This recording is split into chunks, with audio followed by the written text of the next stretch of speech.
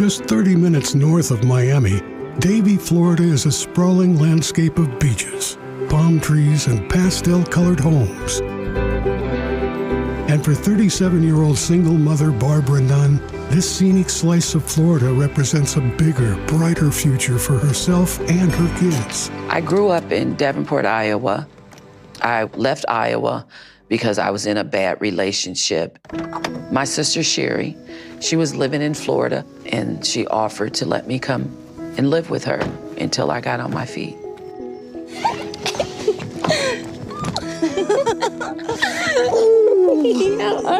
I'm good. You look good. Oh, thank you. So do you. How was your drive? Long. Oh, girl. My mother kept her kids in Iowa so she could have a good start. And Barbara came alone with the intention of her kids joining her a couple months later. What all did you bring? But not everyone is excited to see Barbara. What's in here? Nelson, come help. Hey, Barbara. Hi, Nelson. Nelson was my sister's husband. Me and Nelson, we didn't get along. Nelson is very controlling. Barbara was going to do what she wanted. So it caused tension. But for Barbara, the move to Florida breathes new life into past ambitions. That chicken you made was delicious. I mean, like something you'd get out of a restaurant or something. You think so? I have always loved to cook. I just like the reaction from other people, my cooking. I enjoy the compliments, and I just like to feed people. That's my joy. You know, I did always want to be a chef. Then why aren't you one? I mean, me? A chef? Yeah. Why? Chef? You? I mean, yeah, you can cook, but you ain't no chef. Nelson. I'm just saying. I think Nelson felt that I could have been more and done more with my life.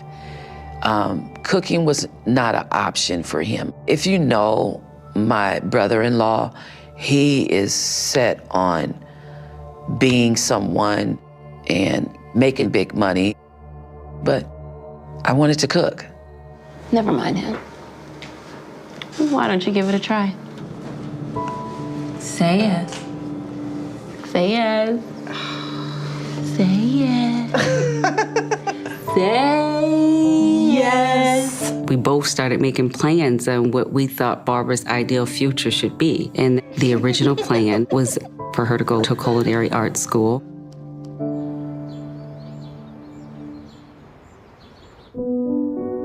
But Barbara ultimately decides she'd rather get a job than go back to school. I don't like school. I'm a hands-on person. My hands have to be on it to stay. Book-wise, I just wanted to cook. That's all. I didn't care where it was. Hello?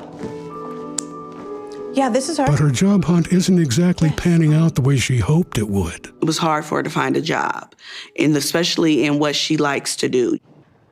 Okay, thank you so much. You scared me, Nelson. Who was that? It was just a job. They're fully staffed. They want me to call back in the spring. I mean, hey, what's the big rush, right, Barb? Got a free house, free food. You really got it made, huh, Barb? What's going on here? Need salt. Not your best work. Good luck with the job search, though. It was very stressful between Barbara and Nelson. Barbara was not moving at the speed that he preferred. Well, Nelson didn't like that. Nelson, don't talk to my sister like that. What is wrong with you? It's not like she'll be here forever, just until she gets back on her feet. How is she supposed to get back on her feet without going back to school, huh?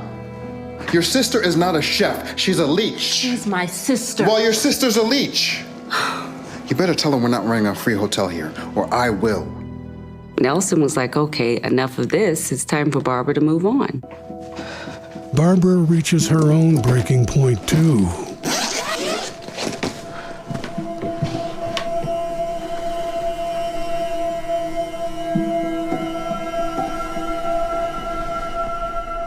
Barb, can we talk? What's going on? I don't want to be a leech, okay? Nelson, he didn't mean any of that. He was just upset, that's all. I can take care of myself. I don't deserve lip, especially coming from him. My mom is very independent. She tries to stay away from conflict with people, but she doesn't take lip from anybody. Well, you know I want to help you. Yeah. But if I stay, it's just gonna cause problems for you. Where will you go? I don't know, sis. I'll figure it out. I always have. I left my sister's house actually because of Nelson. It was just too overwhelming, and I didn't want to cause any issues with my sister and her husband. And so I left and came back to Iowa. But it's not long before Barbara returns to Florida, and this time her kids are with her. I loved Florida too much. The palm trees and the weather down there, it was just beautiful to me. But with little savings and no steady income, good housing is hard to come by. Okay, look. Oh, you know what? Don't worry about it. It's just a party outside, okay, guys? I stayed in this real grimy hotel because it was cheap. It's in the door. Yeah, it's just a party. It's okay. They're just having a party. They're having fun, just like we're having fun, okay? It's in the door. We'll get it later. At the time, that's all I could afford was living in hotels. But hotel living subjects Barbara and her kids to some unsavory characters. I swear to God, dude. No freaking way, though. Yeah? Dude, like, how did you even... I don't know. Give me a piece of that. Is that you in 207? Guys, hey, we're just trying to be friendly here. Please stop. Jeez. Looks like you need a man in your life. Make that 2 men. Not funny, guys. You guys should go home. Not cool. Don't touch me. Sorry to startle you, Miss Nunn. But your rent's past due, again. Okay, if you could just give me a couple more days, please. Okay. Okay. 2 more days. But this is the last time. Otherwise, I'm gonna have to ask you all to leave. All right, you'll get your rent. Don't worry. Coming to Florida was a struggle for me and my kids. I was drained. With no home, no job, and no money in sight, Barbara reaches out to her mom for advice. Hey, Mom. It's me. I was thinking about coming back to Iowa. To Iowa? There's nothing for you here. No jobs, no opportunity. That's why you left. Yeah, but... Stay a little while longer. You'll find something. I know you will. Keep your head up. Okay. The Nunn women are tough as nails. Okay. My mother is very tough. She had some issues, but anything that she goes through, she seems to get through it. She don't let nothing keep her down too long. But as bad as things are already, they're about to get even worse.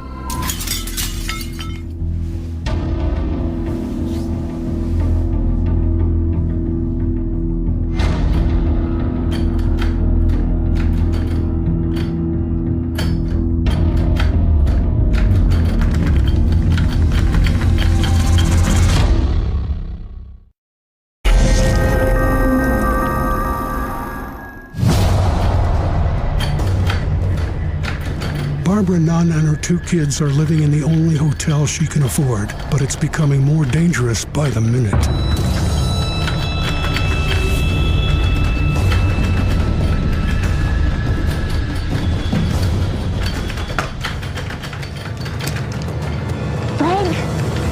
Frank, that's not our room, Frank. What's the matter with you? Where have you been? I've been worried sick. I had a hard time. That was something that I was willing to go through, you know? But Barbara's family is not going to stand for it. Oh, who is this? I got it, guys. Who's knocking on the door? Stay right there, guys. Who's knocking on the door? What are you doing here? What am I doing here? What are you doing here? I talked to Mom last night. So? So? It was breaking my heart to see Barbara live in those conditions. What kind of sister would I be to have this nice home, a big home, and I can't let my sister live with me? I'm helping you pack. You're getting out of here. We don't have anywhere to go. You do now. Let's go. Come on, sweetie. Come on, baby. Let's go. Yeah, put that down. Let's go. With her sister leading the way, Barbara and her kids get a new lease on life. So, let me show you the bedroom. Ta-da! What do you think? The apartment was a nice place. It had a kid area, skating board area. It had a tennis court, swimming pool. It had a lot of things for the kids to do. And it did take a load off of me. I mean, I love it, but I can never afford this right now. Well, you don't have to. I'll pay for it. What's Nelson gonna say? I'll handle Nelson. You just take care of yourself and the kids. I think she felt how serious it was that her kids needed to be in a stable neighborhood, in a stable environment, and to go to school. And there's more blue skies ahead when Barbara finally lands a job as a cook at Ted's Diner, a local 24-hour greasy spoon in the heart of Davie. I loved working at the diner, and I asked my boss, I have to bring my kids to work with me. I don't have a babysitter. And he was fine with it. And so from that day forward, I always took my kids to the diner with me. My boss actually used to say that the diner was a daycare too. I thought that was hilarious.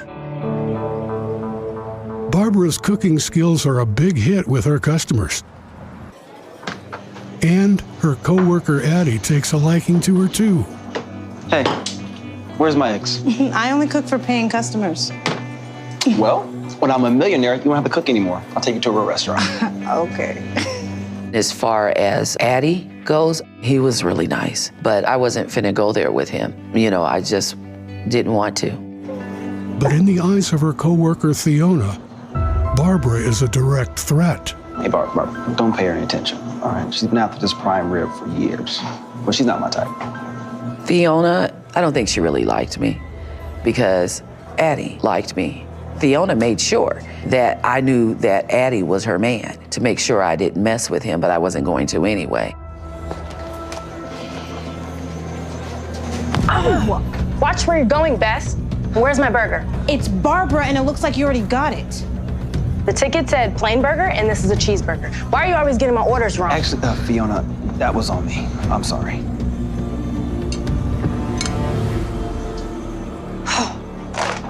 Hey, I'm sorry about that.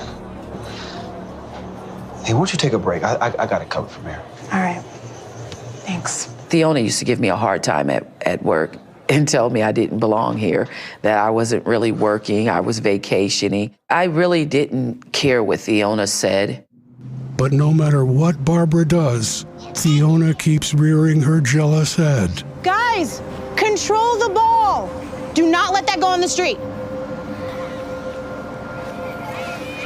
Okay. Oh my God. Stay away from him, you hear me? Look at me. Look, I've been meaning to talk to you. I don't want to hear it. Stay away. I got tired of defending myself. I really need this job, I would not have found another job that I could bring my kids with me. Hey, Gabe. Gabby, let's go inside, okay? To diffuse things with Fiona, Barbara turns to Addie for help. Hey, I need you to back off, okay? What are you talking about? Look, your friend Fiona is causing problems, and I know you're playing, but she doesn't find it funny, and I don't need problems here, okay? So I cover for you. And this is how you repay me. That's not what I meant.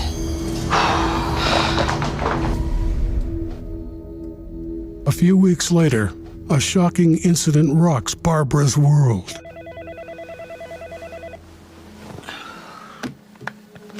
Hello? Oh my God, Barb. Are you okay? Sherry, what's going on? Well, there was a shooting at a diner and they didn't give any details. I thought it was Ted, so I was worried about you and the kids. No, it's not at Ted's. We're fine. Everything's fine. There's always shooting at the diners in Florida. The only thing that bothered me was I was taking my kids to work with me. And it really bothered my mother. And so she really, bring those kids back.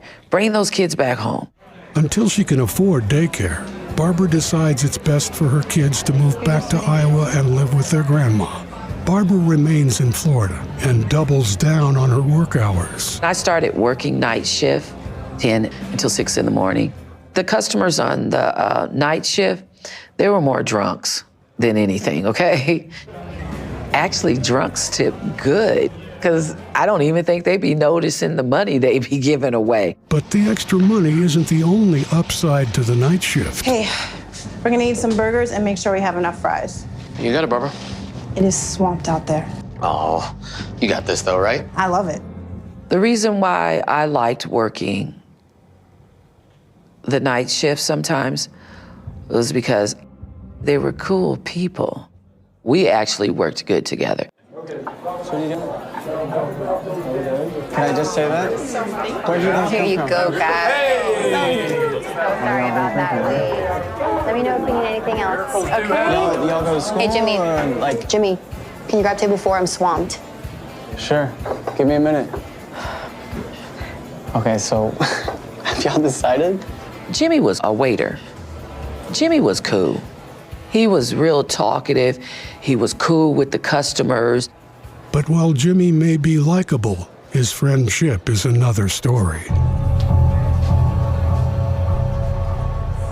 When Jimmy came to work, he always brought Chip with him. I never understood that. It was like he was a muscle man or something. And Chip would sit at the end of the booth and watch him work for 8 hours. I thought that was so weird. Chip, could you please tell your buddy that this is a workplace and not a nightclub and we need his help? And I didn't like him. He rubbed me the wrong way. Hey, Marie, you okay? Yeah, whatever. What is up with that Chip dude? I have no idea. Sam? Chip's just Jimmy's lapdog. He's harmless. Been coming here with Jimmy for years. Nothing to worry about. Sam and Marie, we actually worked good together. Sam, he was a barber too. He was great.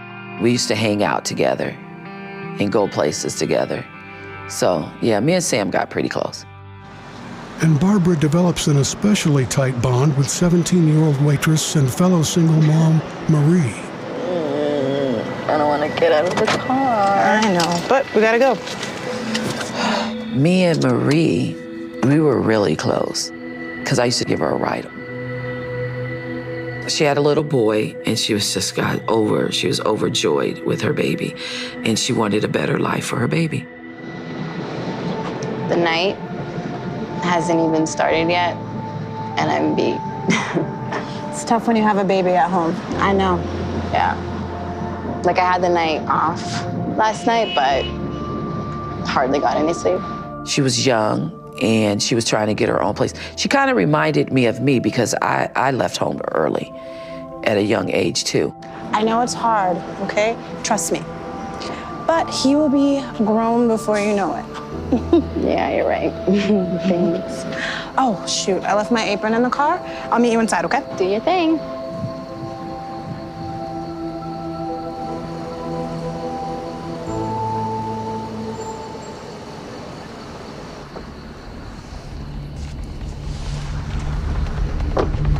It was flat when I put it on the truck. Oh, yeah.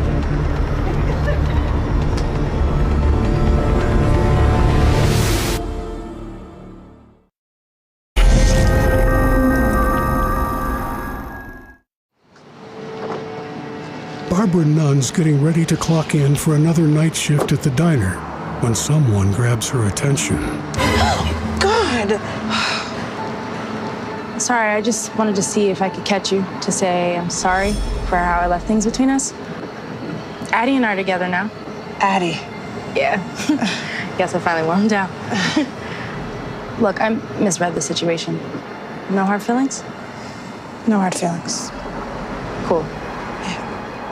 When I started working night shift, me and Theona, it kind of died out. She just kind of left me alone with her remarks and stuff. Wait, are you serious? But just as things simmer down with Fiona, things fired? heat up with Jimmy. No, but I'm fired. I warned you. No, come on. All I need is one more chance. You're out of chances, Jimmy. You did it to yourself. No, because that's not true. You know what? You're a coward and you're weak.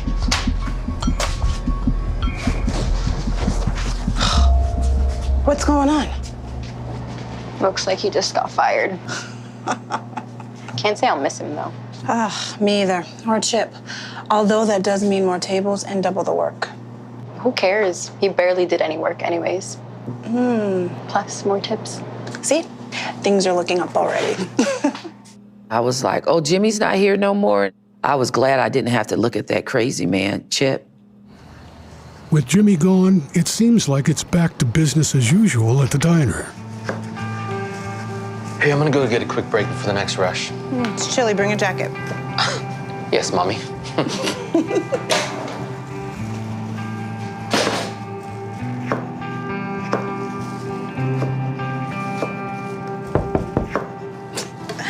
Told you. Hey, told you don't forget you. Hey, Barb, what's up? What are you guys doing here?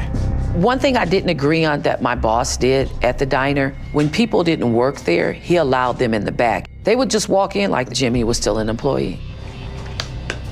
Jimmy was checking the schedule, looking at the schedule.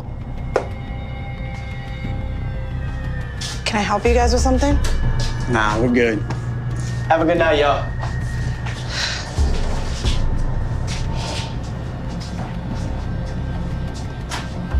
What was that all about? See you guys later. That was weird. Tell me about it. I'm telling you, none of us liked it. None of us. But for Jimmy and Chip, old habits die hard. Let me give you a hand. Thank you.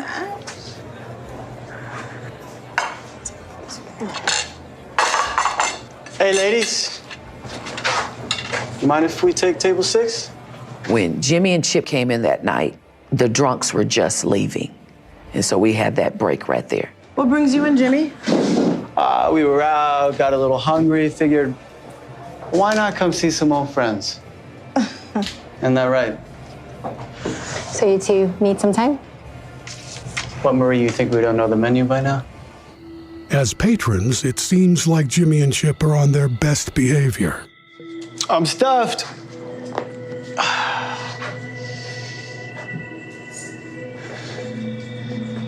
You sure make a mean meatloaf, you know?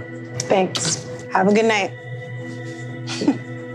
When they got done with their food, Jimmy got up and went outside.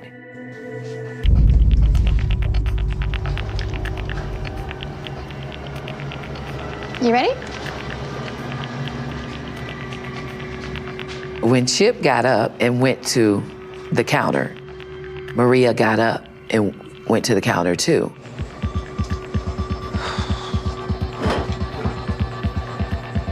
Take your receipt.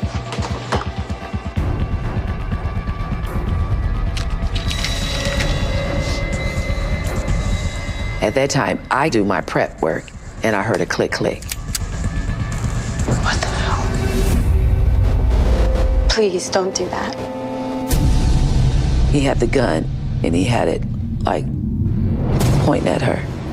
Chip, you know I have a baby boy at home. He's only 6 months old. Hey, just let her go, all right? Please just let me go home to my baby boy. Hey, what's going on with... Just move away from the cash register. I said move! Let's go, right now. He told us to go back to the freezer. I just thought we was gonna be robbed and we were gonna be in the paper in the morning. That's all I thought. But somebody's already in the back, waiting for them.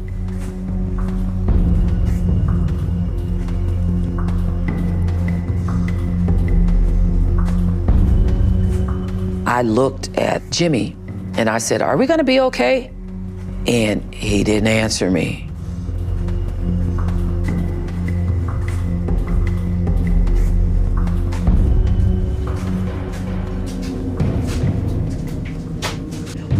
from us, huh, Chip?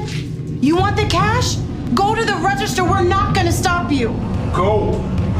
Just do what he says, Barbara. You still haven't told us what you want.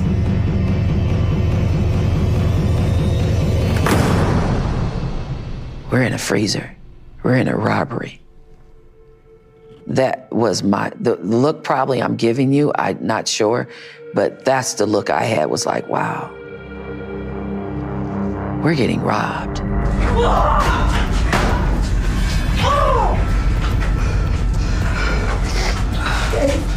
Guys, I have no signal. I have no signal. What are we gonna do now? We just gotta keep our heads right, okay? We will find a way out of this. They robbed this place. We're eyewitnesses. You think they're just gonna let us live? I think that we're alive, and that's all that matters right now. I didn't really have time to be scared in that freezer. My instinct kicked in to fight. We just need to be ready. Ready for what? Ready for anything. Oh my God. Bart! What are we gonna do? Defend ourselves with bags of frozen vegetables? No! We fight back. Okay, we'll rush them. Rush them? There is 3 of us and 2 of them. Yeah, and 1 gun. Marie, she was upset. So I was trying to comfort her, and so was Sam too. We're gonna find a way out of this, okay? What are we gonna do? What are we gonna do? We are gonna fight them. And then Chip come in the door, and he has a gun, and he's just pointing it. That's when I looked at Sam and Marie, and I said, they're gonna kill us. Give me your phone.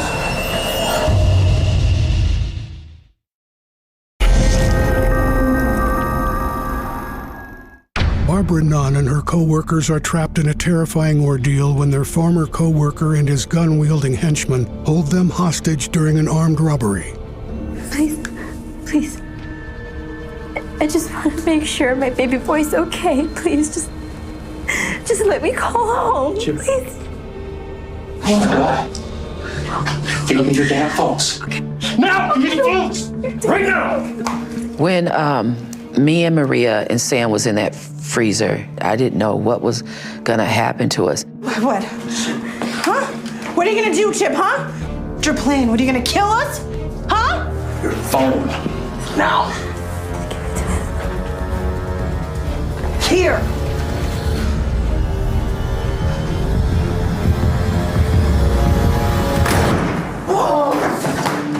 And so he left. Maria just started crying and stuff, and that's when Sam came over and put his arms around us. I was like, they're gonna kill us because I can identify them. I know them. So they're gonna kill us. We just have to make a move when he comes back. What?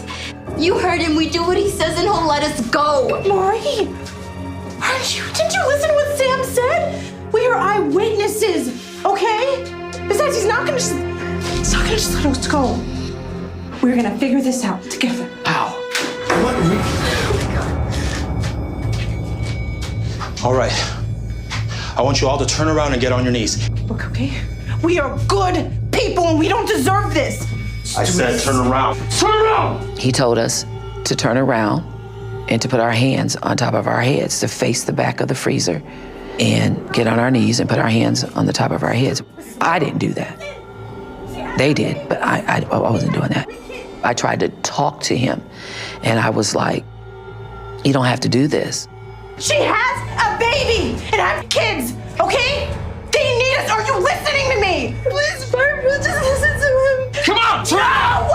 Turn around! Just do what he says, Barbara. You're just gonna piss him off. Do you hear what I'm saying? I was just trying to convince Chip that we didn't have to do this. Please. I just remember going into this beautiful white room, and all I could hear is ding. Oh my God. Is this what death is like? I don't want to die. And that's when I opened up my eyes And I seen triples of everything. And I saw Marie in the corner, and I saw Sam's shoes laying across the bottom part of me, my legs.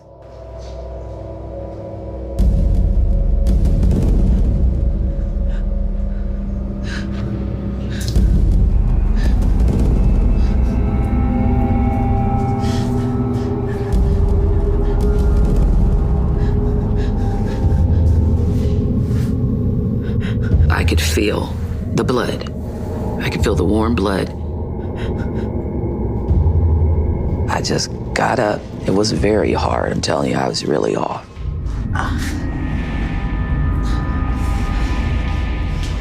Bleeding profusely from a gunshot wound to her head, Barbara summons the strength to seek help.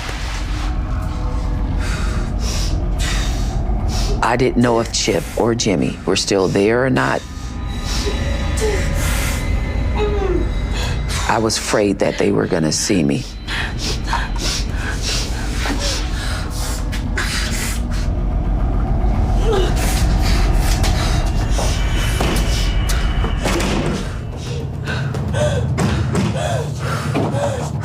And then that's when I went through the back door and started making my way across that street into that gas station.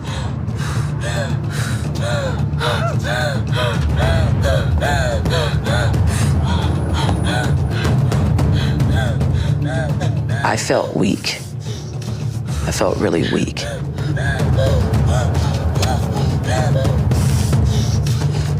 All I know is I needed to get over to the gas station and get help before I died.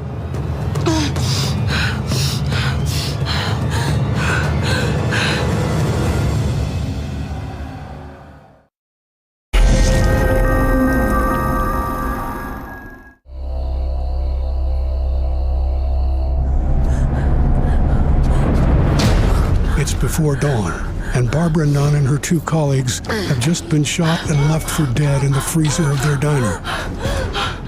But against all odds, Barbara manages to make it out alive. My kids got me across that street, across to that gas station, and I was saying my kid's name because I felt like, like I was leaving. All I wanted was help. That's all I needed.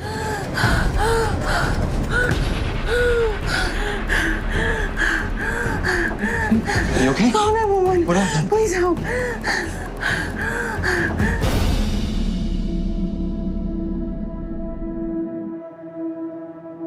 Police and paramedics arrive at the gas station, and Barbara is rushed to the nearest hospital. I was in bed, and when we got that phone call, I get a call to say your mom got shot. It was scary because we didn't know if she was still alive, or we just didn't know nothing. Barbara's been shot in the head. I mean, does that mean that you're dying?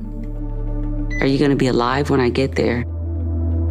And I do remember walking in the door and seeing her and just feeling relieved that she was alive and that she was not disfigured. As the sun rises, police swarm the diner, collecting evidence and trying to piece together what happened. First appearance it was a robbery that had gone bad. The cash register drawer was taken out of the cash register, was on the floor, all the money was removed. Inside the freezer, police discover that unlike Barbara, her co-workers Marie and Sam didn't make it out alive.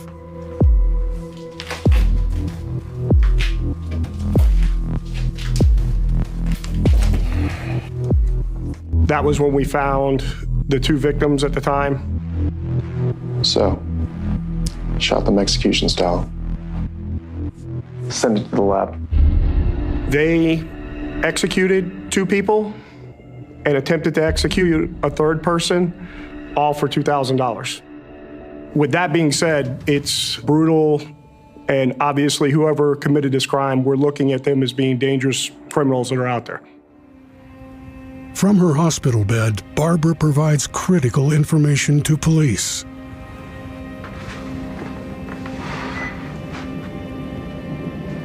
Barbara, I'm Detective Anton. I saw what happened at the diner. I want to find whoever did this to you and your coworkers.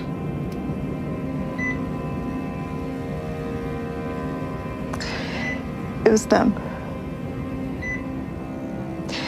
Jimmy and Chip.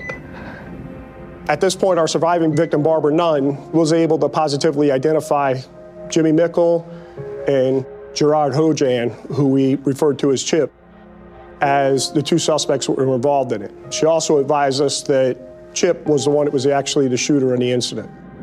Jimmy and Chip. Because of Barbara, we were able to get that initial suspect information very quickly in this case, which was a huge help. Within 24 hours, police are at Jimmy's doorstep and take him into custody. At the station, it doesn't take much to get Jimmy to talk. He was pretty cooperative as far as talking. Most of his interview was directed at pointing the finger more at Chip than at him. When he pulled a gun.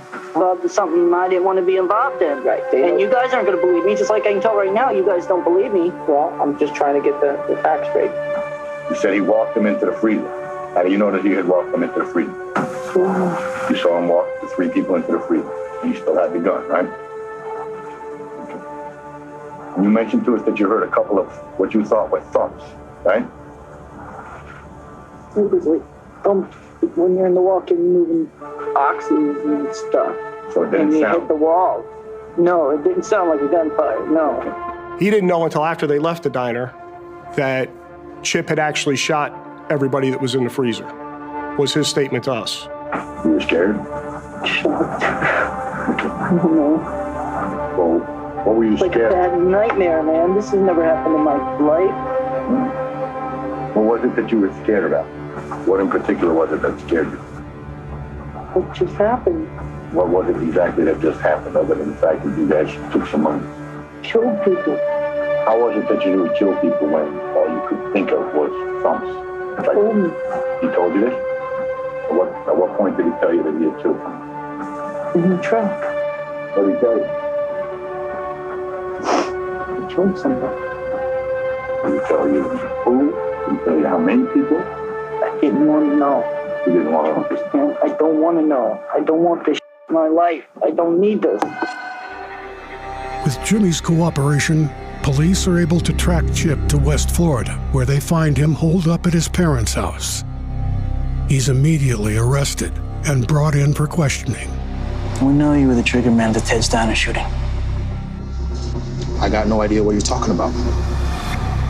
Chip's demeanor was very, very cold. His response was, we had breakfast and we left. Really? Because Barbara Nunn says you shot her in cold blood. At that point, detectives told him, Barbara survived, so we know what happened. And he dropped his head and said, I didn't mean for it to happen. He then proceeded to go into all of the details of everything that had occurred that night at the diner. Gerard Chip Hojan is charged with armed robbery, armed kidnapping, attempted murder, and double homicide. A jury finds him guilty and sentences him to death. He currently sits on Florida's death row.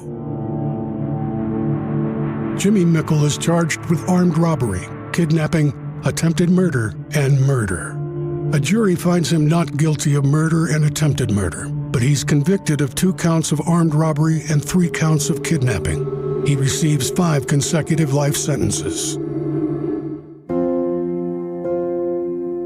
For Barbara Nunn, the road to recovery has been long and winding.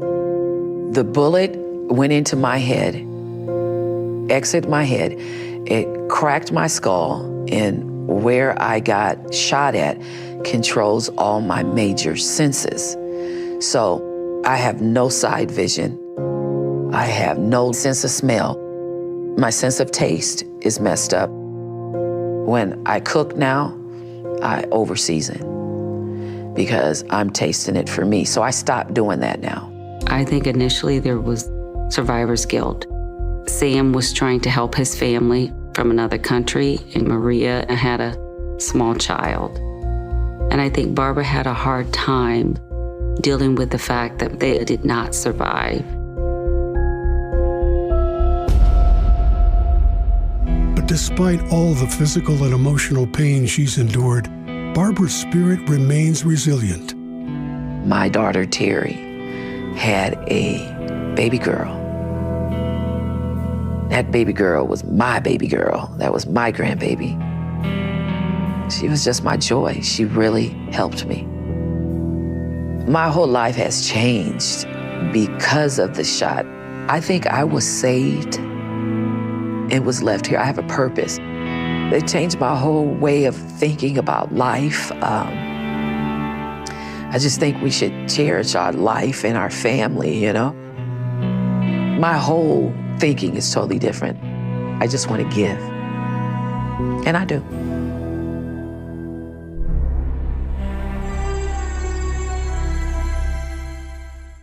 There are moments in criminal history when a name stops being a name and becomes a warning.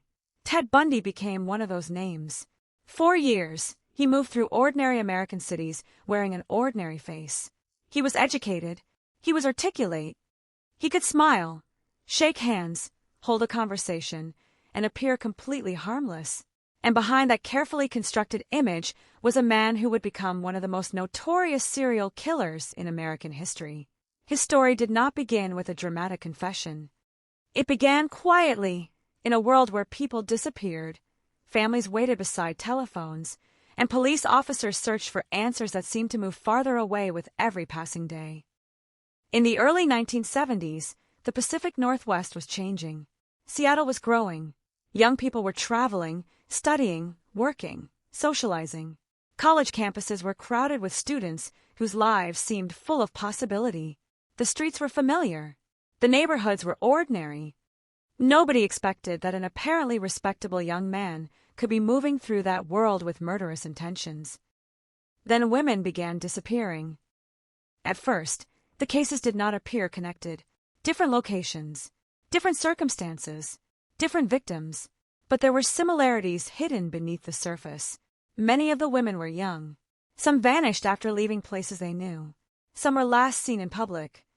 And in several cases, there was no immediate explanation for where they had gone. One of the earliest victims associated with Bundy was Linda and Healy, a 21-year-old student at the University of Washington. On February 1st, 1974, Healy failed to appear for work. Her absence was unusual. Inside her room, investigators initially found signs that seemed strangely inconsistent with a voluntary disappearance. Her bed was made. Her nightclothes were still there. Her belongings remained. But Linda Healy was gone. There was no dramatic scene, no obvious struggle, no clear witness who could tell investigators exactly what had happened. She had simply vanished. And that word would become one of the most terrifying words in the Bundy investigation. Vanished. Soon, other young women disappeared. In Washington, investigators began receiving reports that were difficult to ignore. Women were walking away from familiar places and never returning. Families made frantic phone calls. Friends searched campuses and neighborhoods. Posters appeared.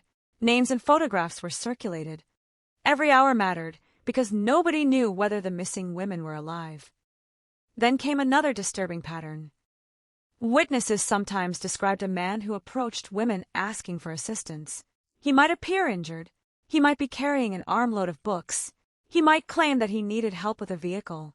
The details varied, but the basic mechanism was simple. He did not always have to force his victims into a car. Sometimes, he only had to persuade them to come closer. That was part of what made Bundy so dangerous. He could look ordinary. He could sound reasonable. He could exploit the instinct people had to help another person. During the summer of 1974, disappearances accelerated. On June 11th, George Ann Hawkins disappeared from the University of Washington area. She had been walking toward her sorority house after spending time with friends. She never arrived.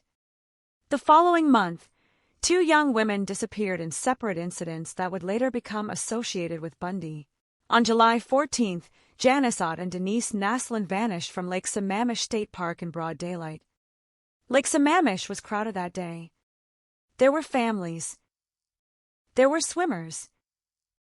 There were people walking along the shoreline.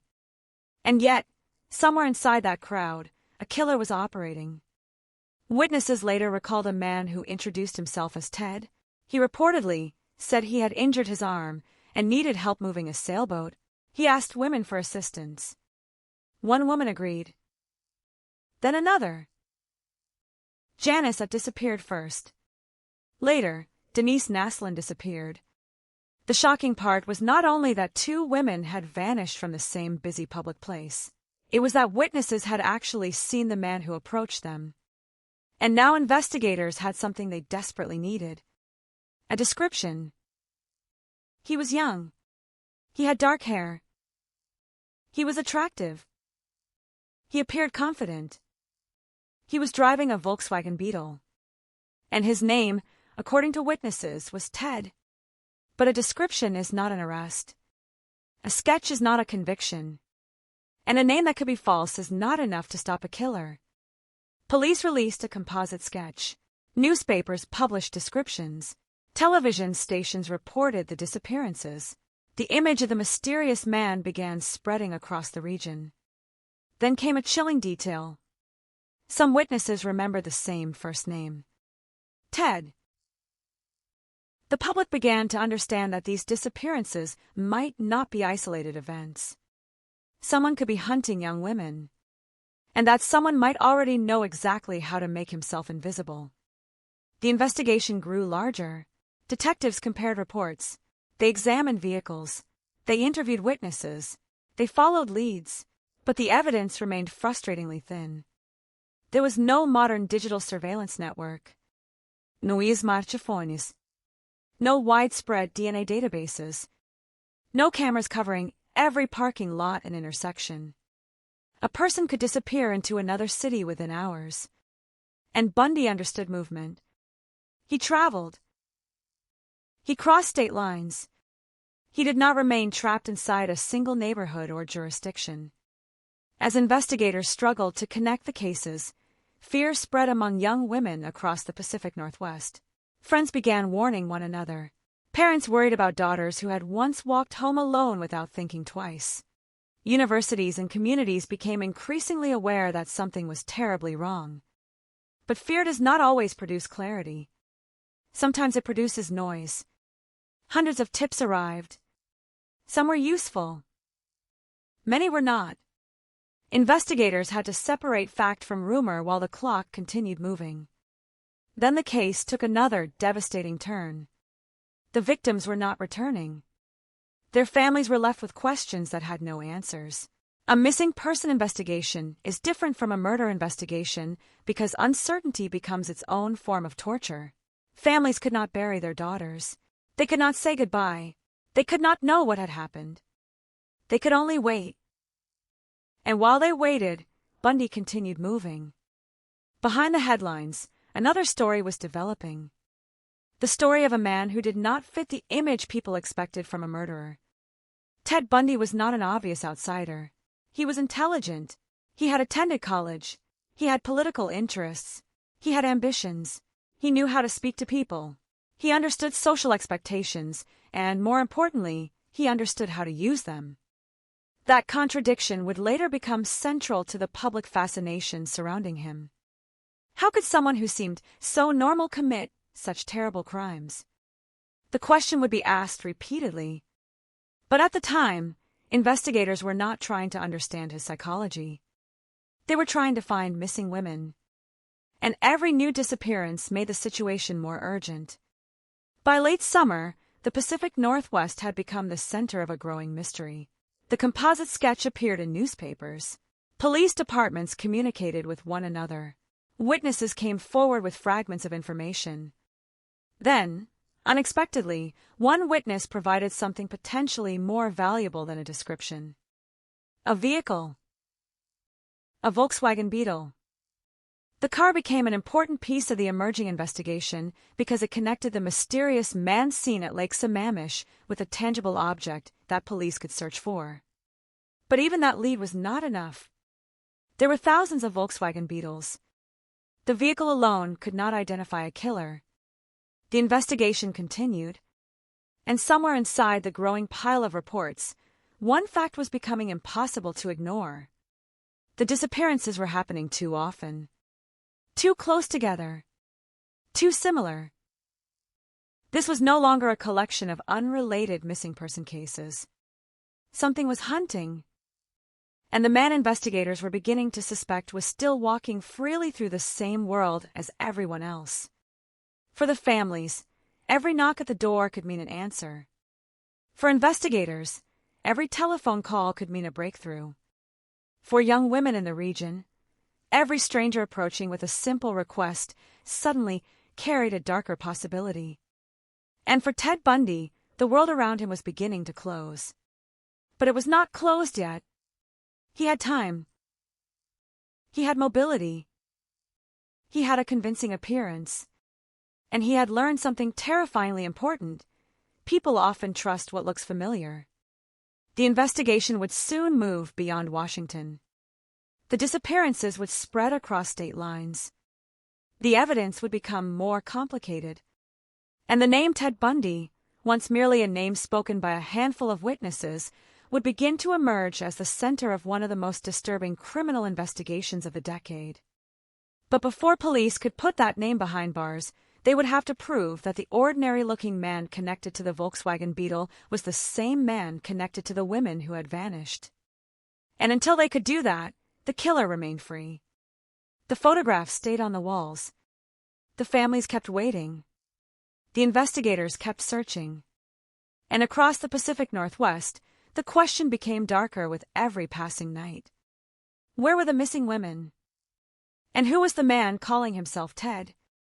The question had begun to spread through the Pacific Northwest like a warning whispered from one person to another. Where were the missing women? And who was the man calling himself Ted? Police had a description. They had witnesses. They had a vehicle. But they still did not have the one thing that mattered most. They did not have the man. The investigation was moving through a landscape of uncertainty. Detectives had to work with fragments. A face remembered by one witness. A car seen by another. A first name that might have been genuine or might have been invented. A timeline that seemed to connect disappearances separated by days or weeks. Every clue had value, but none of them was enough on its own. Then the name Ted Bundy began appearing in investigative files. At the time, Bundy did not look like the kind of man people expected police to pursue. He was young, intelligent, educated. He had a political background and knew how to present himself confidently in public. He could speak calmly to strangers. He could make himself appear trustworthy. That image would become one of the most disturbing aspects of the case. Because while police were searching for a dangerous predator, Bundy could still walk into a room and look like someone who belonged there. The Lake Sammamish witnesses had described the man who called himself Ted.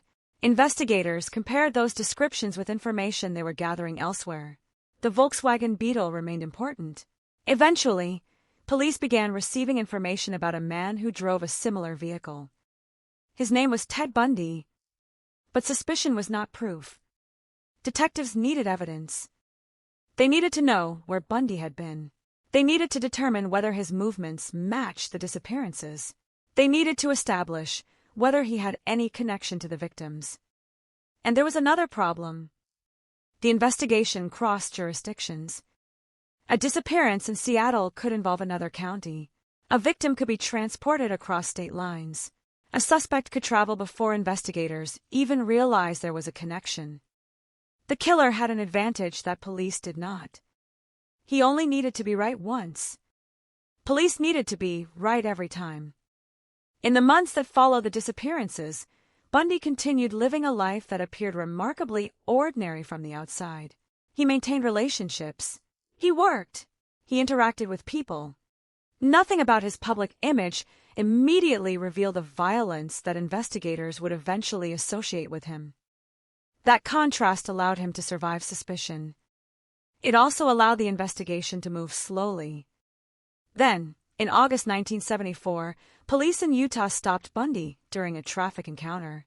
The circumstances would become important because officers discovered items in his Volkswagen that appeared suspicious. Among them were things that could be associated with disguising identity or restraining a person. But suspicious objects were still not enough to prove murder. Bundy was questioned. He remained controlled. He denied wrongdoing. The encounter ended without the dramatic arrest that investigators would later wish they had made. The significance of that moment would only become clear after more evidence emerged. The investigation continued, and the disappearances had not stopped. In Utah, young women began disappearing too. The geography was changing. The pattern was expanding. The case that had begun in Washington was no longer confined to the Pacific Northwest. On October 2, 1974, Melissa Smith disappeared from Midvale, Utah. She was a 17-year-old daughter of a local police chief. Her disappearance immediately carried an especially painful significance for the law enforcement community. 9 days later, Laura and him disappeared in Salt Lake City. The similarities were becoming increasingly difficult to dismiss. Then, in November, Carol Duranch entered the story. That night, Duranch was approached by a man who claimed to be a police officer. He told her that someone had attempted to break into her car. He asked her to come with him. She followed. But something went wrong. The man took her to a Volkswagen Beetle. Duranch realized that something was terribly wrong. When he attempted to restrain her, she fought back. She managed to escape. She ran. She survived. And suddenly investigators had something they had not possessed in many of the earlier cases. A living victim. A woman who could describe her attacker. A woman who could identify the man who had tried to abduct her. Her account became one of the most important pieces of evidence in the entire investigation. Duranch described the attacker. Police began comparing her description with the man already under suspicion. Ted Bundy. The pieces were beginning to move toward one another. But even then, the case was not simple. Bundy had an explanation. He denied being the attacker. He denied the allegations. He continued to present himself as a respectable man caught inside a misunderstanding. For investigators, the challenge was no longer simply identifying a suspicious person. They had to build a case that could survive in court, and that meant evidence. Physical evidence. Witness testimony. Timelines. Connections between victims. Connections between locations. Connections between Bundy and the Volkswagen. Every piece mattered. Meanwhile, the families of missing women were living through a nightmare that had no clear ending. Some waited for their daughters to come home. Others began receiving devastating news. The investigation was now producing bodies. The remains of several victims were eventually discovered in remote areas, including locations in Washington and Utah. The discoveries transformed the nature of the investigation. The word missing was no longer enough. Some women were dead. And investigators believed the same man could be responsible. The psychological impact was enormous. A predator had apparently been operating across state lines. He had targeted young women. He had used deception. He had exploited trust. And he had managed to avoid capture while investigators were still trying to understand the pattern. But then came another breakthrough. Carol Duranch's identification helped strengthen the case against Bundy. In February 1976, Bundy was convicted in Utah for the kidnapping and attempted assault of Duranch. He was sentenced to prison. For the first time, the man investigators had been watching was behind bars. It should have been the moment the danger ended. It was not. Because the Utah conviction was not for murder. It did not resolve the disappearances. It did not explain the bodies. It did not answer the family's questions. And most importantly, it did not stop the investigation into Bundy's possible involvement in other killings. Investigators in Colorado were looking at him too. One case in particular had become deeply disturbing. Karen Campbell, a 23-year-old nurse, disappeared from a hotel in Snowmass Village, Colorado, in January 1975. She had been staying there with her fiancé and his children. She disappeared from the hotel. Months later, her remains were found. The investigation eventually connected Bundy to the case. The geographic pattern was becoming enormous. Washington, Oregon, Utah, Colorado. Different states, different police departments, different victims. One increasingly recognizable suspect. Bundy had crossed state lines with apparent ease. But prison changed the equation. Now investigators had access to him. They could examine his history. They could compare his movements with the timelines of missing women. They could investigate old reports that had once seemed unrelated. And they could ask a question that had become unavoidable. How many women had actually been killed? The answer would remain uncertain for years. Bundy himself would provide conflicting accounts. He would confess to some murders. He would deny others. He would offer details that appeared calculated to control what investigators knew. His words would become another battlefield. But before the full scale of his crimes became clear, another extraordinary chapter was about to unfold. Because Ted Bundy was already in custody. He had been convicted. He was facing serious legal consequences. And yet, somehow he would escape. Not once. Twice. The first escape would reveal just how dangerous he remained. The second would transform the investigation into a nationwide manhunt. And after that second escape, Bundy would leave behind the Pacific Northwest in Utah and enter a new chapter of his criminal history in Florida. The case was about to become even more shocking. For years, investigators had been trying to understand how a man could disappear so easily. Now they would discover something even more frightening. Even after being caught, Ted Bundy was not finished. On June 7, 1977, he was transported to the Pitkin County Courthouse in Aspen, Colorado, for a preliminary hearing related to the Karen Campbell murder case. Bundy chose to represent himself. Inside the courthouse, he appeared calm, controlled, focused. He had studied law. He understood procedure. He knew the building. And while investigators believed they were controlling a dangerous suspect, Bundy was watching the environment around him. During the hearing, he was allowed to move within the courthouse. At one point, he was given an opportunity to use the courthouse library. Then he jumped. Bundy escaped through a second-story window. For law enforcement, the moment was almost unbelievable. A man facing murder charges had escaped custody inside a courthouse. Officers launched a search. Roadblocks appeared. Search teams moved through the surrounding area. But Bundy had disappeared into the mountains. The manhunt lasted for days. He was eventually captured. The escape became a warning. Bundy had not simply been a suspect who once fooled women. He had fooled the system too. And he had demonstrated that even when surrounded by law enforcement, he could still find a way out.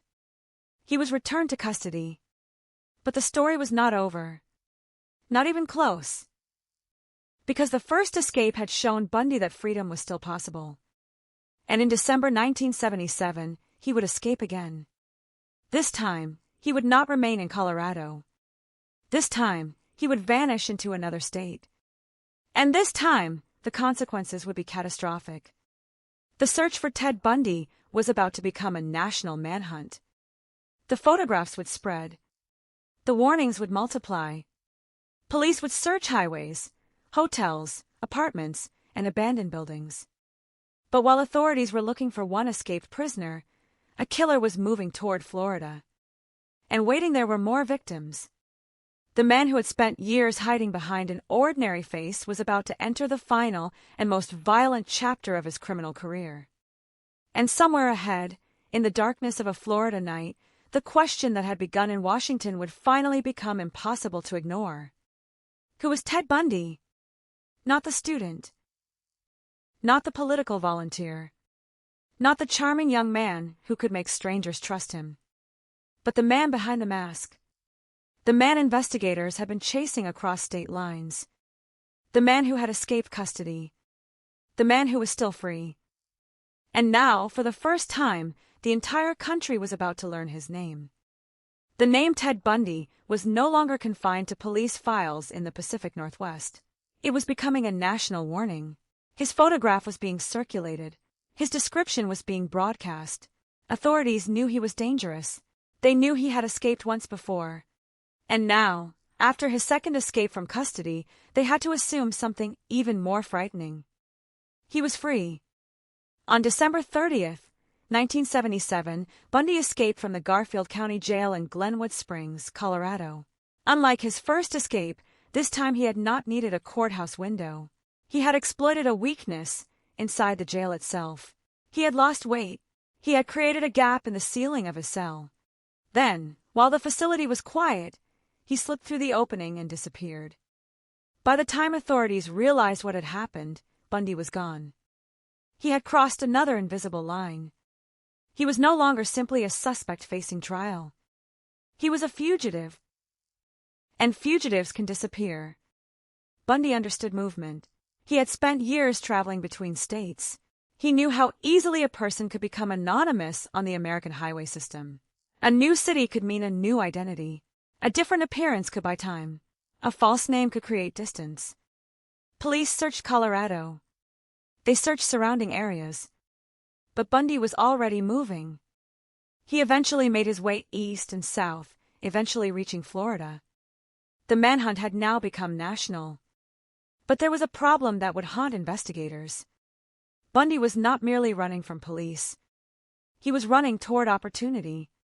On January 15, 1978, the Florida State University campus in Tallahassee was quiet beneath the darkness of the early morning hours.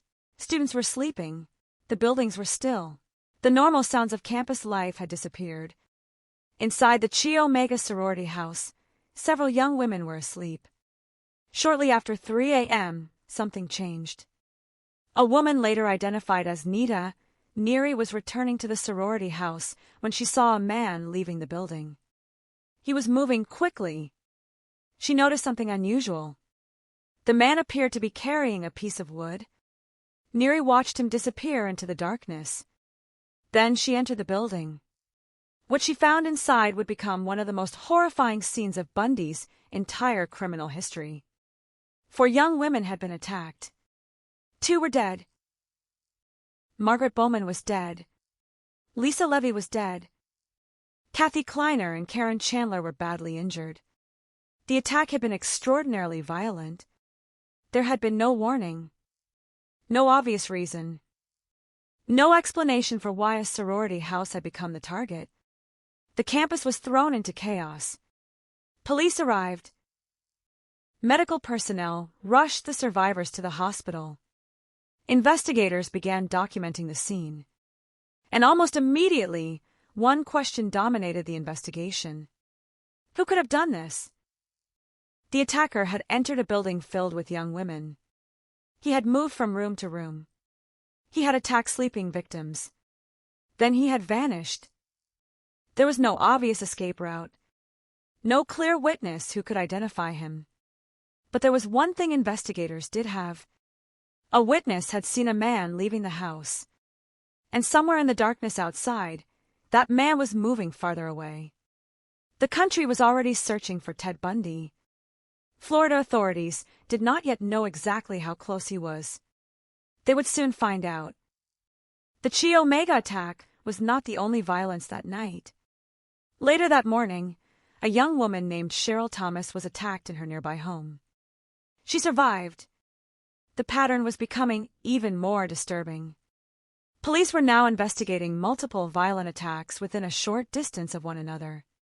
And the possibility that the same person was responsible was impossible to dismiss. Then came another discovery.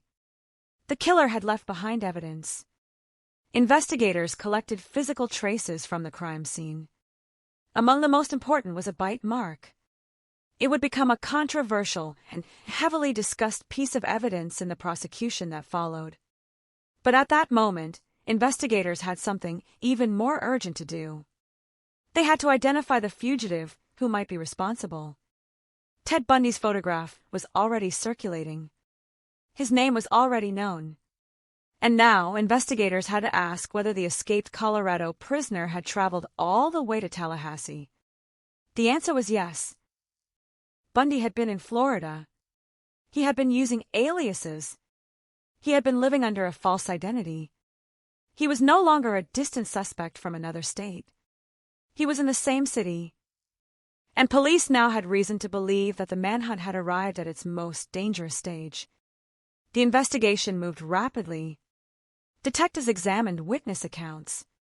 They questioned residents. They reviewed movements around the campus. They looked for anyone who had seen suspicious activity. Then investigators began tracing Bundy's movements. He had been living in Tallahassee under the name Chris Hagen. The alias was another attempt to disappear. But the net was tightening. Bundy had survived his first escape. He had survived his second. Now he had become the subject of a massive search. His photograph was recognizable. His description was known. And his presence in Florida had generated evidence that could potentially place him at the center of the attacks. Then, just days after the Chi Omega murders, Bundy moved again. He left Tallahassee. He traveled south. And on February 9th, 1978, in Lake City, Florida, a 12-year-old girl named Kimberly Leach disappeared. She had been attending school. Then she was gone. The case immediately triggered another desperate search. Teachers were questioned. Students were interviewed. Witnesses were sought. Vehicles were examined. The disappearance was terrifying because Kimberly was a child, and investigators were already dealing with a fugitive believed to be connected to multiple murders. The possibility that Bundy had taken another victim became central. But again, investigators needed evidence. They needed to know where Bundy had been. They needed to know what he had done. They needed to connect the fugitive to the disappearance. And once again, the answer would emerge through fragments. A witness reported seeing a young girl being led away by a man. A vehicle was identified. Bundy's movements were reconstructed. The investigation began to close the distance between suspicion and proof. Then, on February 15th, 1978, Bundy's flight finally ended. He was driving a stolen Volkswagen Beetle near Pensacola when a Florida Highway Patrol officer stopped him. The encounter was initially routine. A vehicle. A traffic violation. A police officer. But then the officer discovered that the car was stolen. Bundy resisted. A struggle followed. The officer eventually subdued him. And when the arrest was processed, authorities discovered the truth. The man they had stopped was not merely a suspected car thief. He was Ted Bundy, the fugitive, the escaped prisoner, the man wanted across multiple states, the man investigators believed was connected to murders in Florida, the man whose name had become synonymous with one of the largest manhunts in the country. After years of disappearance, investigation, suspicion, and escape, Ted Bundy was finally back behind bars. But this time, the evidence against him was different. The Florida cases had witnesses. There were survivors. There were physical traces. There were records of his movements. There was a vehicle. There was a timeline. And there was something else. The public was now watching. Bundy's trial would not be a quiet courtroom proceeding. It would become a national spectacle. The media would follow every development. Reporters would analyze his appearance. Cameras would capture his expressions. People would study the way he spoke. And Bundy himself seemed to understand the power of attention. He had always been skilled at controlling impressions. Now he was facing prosecutors who intended to strip away that control piece by piece. The Chi Omega case moved toward trial. The evidence included testimony from surviving victims. It included testimony from witnesses who had seen suspicious activity. It included forensic evidence. And at the center of the prosecution was the claim that Bundy had entered the sorority house and attacked the women while they slept. The defense challenged the evidence. The bite mark testimony became particularly important. Experts testified about the injuries and their relationship to Bundy's dentition. The scientific reliability of bite mark comparison would later become the subject of serious criticism. But at the time, the evidence was presented to the jury as part of the prosecution's case. Bundy watched. He listened. He sometimes appeared engaged. At other moments, he seemed almost attached. But beneath the courtroom drama was something far more serious. 2 women were dead. Others had survived with devastating injuries. Families were grieving. And prosecutors were trying to prove that the man sitting at the defense table was responsible. The trial became a strange collision between spectacle and tragedy. Bundy could still command attention. He could still speak confidently. He could still present himself as intelligent. But the evidence was accumulating. The jury had to decide whether the prosecution had proved its case beyond a reasonable doubt. And when the verdict finally came, the courtroom reached a decisive moment. Ted Bundy was found guilty of the murders of Margaret Bowman and Lisa Levy.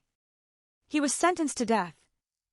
For the first time, one of the most notorious cases in American criminal history had produced a final courtroom judgment. But there was still another case. Kimberly Leach, the little girl who had disappeared in Lake City. Her family was still waiting for justice. Investigators believed Bundy was responsible. Prosecutors prepared another case.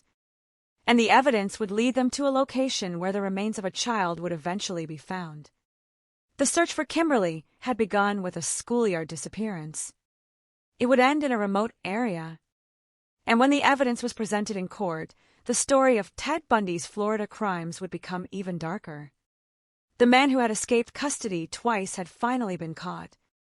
But catching him was not the same as understanding everything he had done. How many victims were there? How many disappearances had been connected to him? How many families had spent years searching for answers? Even Bundy's own statements could not provide certainty. He confessed to numerous murders, but investigators continued to question whether the full number would ever be known. Some cases had no bodies. Some had no witnesses. Some had disappeared into the confusion of the 1970s. The true scope of his crimes remained partly hidden. And that uncertainty would survive long after the courtroom doors closed. For now, however, the fugitive was behind bars. The manhunt was over. The courtroom battles were beginning. And the name that had once been whispered in police stations was now known across the country. Ted Bundy. A name that had become a symbol of deception. A name associated with missing women, brutal attacks, escapes, and a trail of evidence stretching across state lines. But the most disturbing question remained.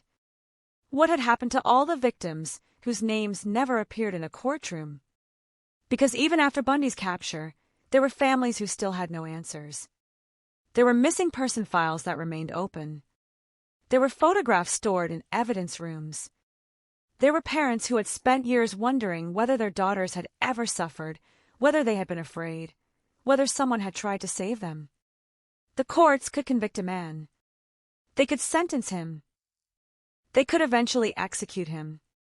But they could not restore the years that had been taken from the victims and their families. And as Ted Bundy waited for the next trial, another question was beginning to rise above the noise. Would the final courtroom proceedings reveal the truth? Or would some of the darkest parts of his story remain buried forever? The courtroom was no longer simply a place where Ted Bundy would defend himself. It had become the stage on which the surviving evidence of his crimes would be tested, piece by piece, under the unforgiving pressure of public attention. The first Florida, trial had ended with a conviction for the murders of Margaret Bowman and Lisa Levy. But another case remained. A child was still missing from the story. Her name was Kimberly Leach. She was 12 years old. On February 9, 1978, Kimberly had been at her junior high school in Lake City, Florida. She was supposed to return to the ordinary routines of childhood: classes, friends, home, the small details that normally make up an ordinary day. Instead, she disappeared. The investigation began immediately. Searchers moved through the community. Police questioned students and teachers. Parents waited for news. Every reported sighting had to be examined. Every vehicle became a possible lead. Every stranger became a possible witness. Then investigators learned that Bundy had been in the area. The timing was devastating. Bundy had already been linked to the Chi Omega murders in Tallahassee. He had been captured only days later. Now investigators were examining whether the same fugitive had abducted a 12-year-old girl. The evidence slowly began forming a chain. Witnesses reported seeing Kimberly with a man near a white van. Investigators traced Bundy's movements. His presence in Lake City became increasingly difficult to dismiss. The question was no longer simply whether he had been nearby. The question was what he had done. Months later, investigators found Kimberly's remains in a wooded area near Lake City. The discovery transformed the investigation into a murder case. For her family, the waiting was over. But the answer was unbearable. Kimberly was dead, and prosecutors now had to prove that Ted Bundy was responsible. The trial began in 1979. Unlike the first Florida trial, this proceeding focused on the disappearance and murder of Kimberly Leach. The prosecution presented witnesses who placed Bundy near the school.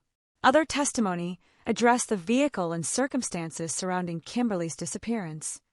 Investigators presented physical evidence recovered during the search. Again, Bundy sat in court. Again, he was surrounded by cameras, lawyers, prosecutors, reporters, and spectators. And again, he appeared determined to control his image. But the atmosphere was different. This was a child. The case carried a different emotional weight. The prosecution argued that Bundy had abducted Kimberly, transported her away from the school area, and killed her. The defense challenged the evidence. The courtroom listened. Every witness mattered. Every document mattered. Every minute of testimony could influence the verdict. And outside the courtroom, the public was watching one of the most infamous criminal proceedings in modern American history. Bundy's ability to represent himself during portions of his legal battles had already contributed to the spectacle surrounding him. He understood courtroom procedure. He knew how to question witnesses. He knew how to make himself visible. But visibility was becoming a liability. The more the public watched, the more the contrast became apparent. The man in the courtroom could speak calmly. The evidence described violence. The man could smile. The victims could not. The man could challenge testimony. The victims could never answer for themselves. That contradiction hung over the proceedings. The prosecution continued. Evidence connected Bundy to the area. Witnesses described his movements. Investigators explained the physical evidence. And slowly, the case moved toward its conclusion. The jury deliberated. Then came the verdict. Guilty. Ted Bundy was convicted of Kimberly Leach's murder. Another death sentence followed. The man who had escaped custody twice was now facing the ultimate punishment in 2 separate Florida cases. But even after the verdicts, the story was not finished. The question of motive remained. The question of the total number of victims remained. And the question of what Bundy had done before the crimes that brought him to national attention remained even more disturbing. Investigators had spent years trying to reconstruct his movements. They examined missing person reports. They interviewed witnesses. They compared dates. They looked at locations. They searched for connections between victims who had never known one another. The difficulty was obvious. Bundy had traveled widely. Some disappearances had occurred years before his capture. Some victims had vanished without witnesses. Some bodies had never been recovered. Without a body, proving a homicide could be extraordinarily difficult. Without witnesses, identifying a suspect could be nearly impossible. Without physical evidence, a case could disappear into uncertainty. And Bundy knew how to exploit uncertainty. After his convictions, he began speaking more openly with investigators. But openness did not necessarily mean honesty. He provided information. He confessed to murders. He discussed victims. He offered details. Yet his confessions were often incomplete, delayed, or carefully controlled.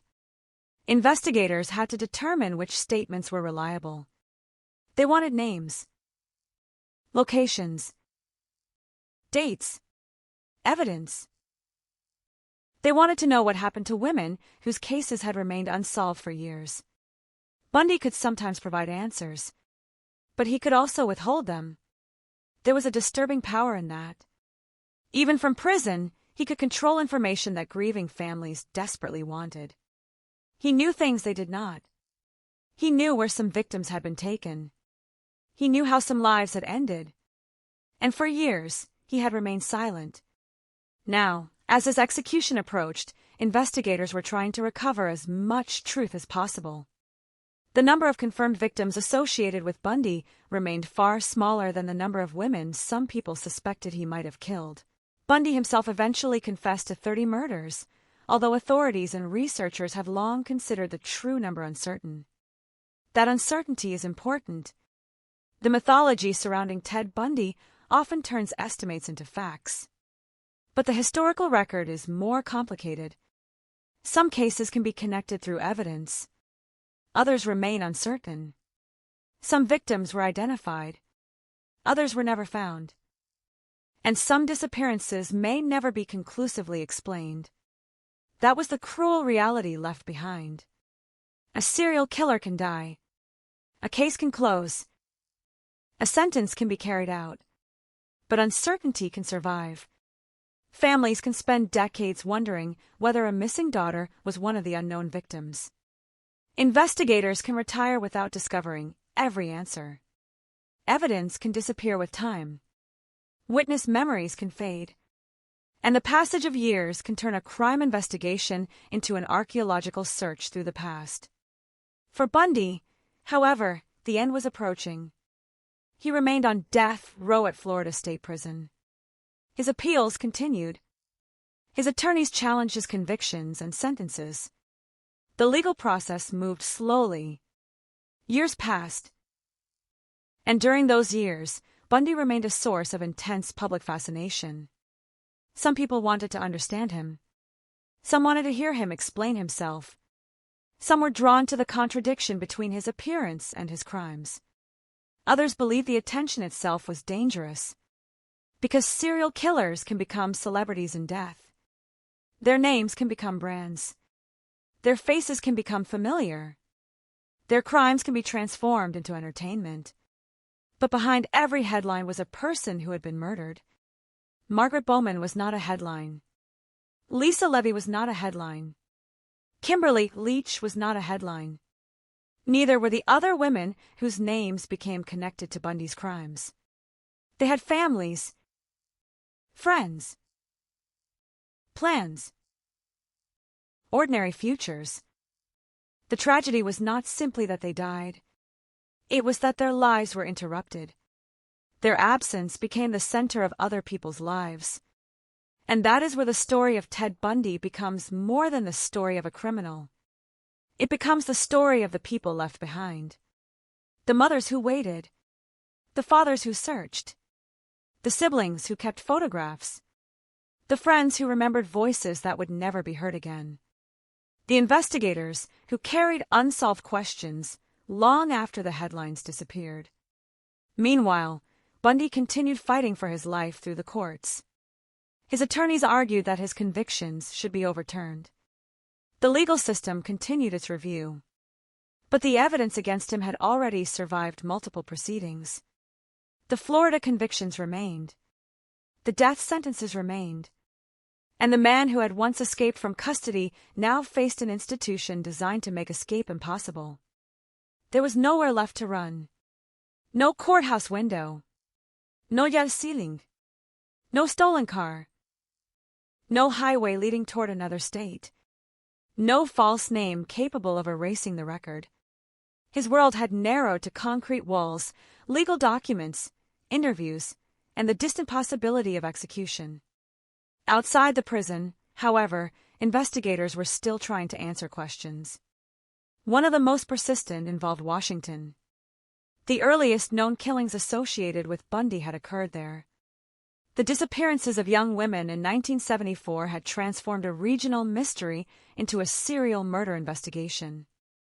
Now, years later, investigators were looking backward. They wanted to know how the pattern had started. They wanted to understand the timeline. They wanted to identify every victim. And they wanted to know whether Bundy had killed before 1974. The possibility had always existed, but proving it was another matter. The investigation had begun in a world without the forensic technology available decades later. Evidence had been collected using older methods. Some scenes had been disturbed. Some remains had never been recovered. Some physical evidence had deteriorated. And the further investigators traveled into the past, the more difficult the search became. Bundy himself was one of the few people who could potentially bridge those gaps. But even his confessions had limits. He could reveal information. He could deny information. He could change details. And investigators knew that a confession was most valuable when it could be independently verified.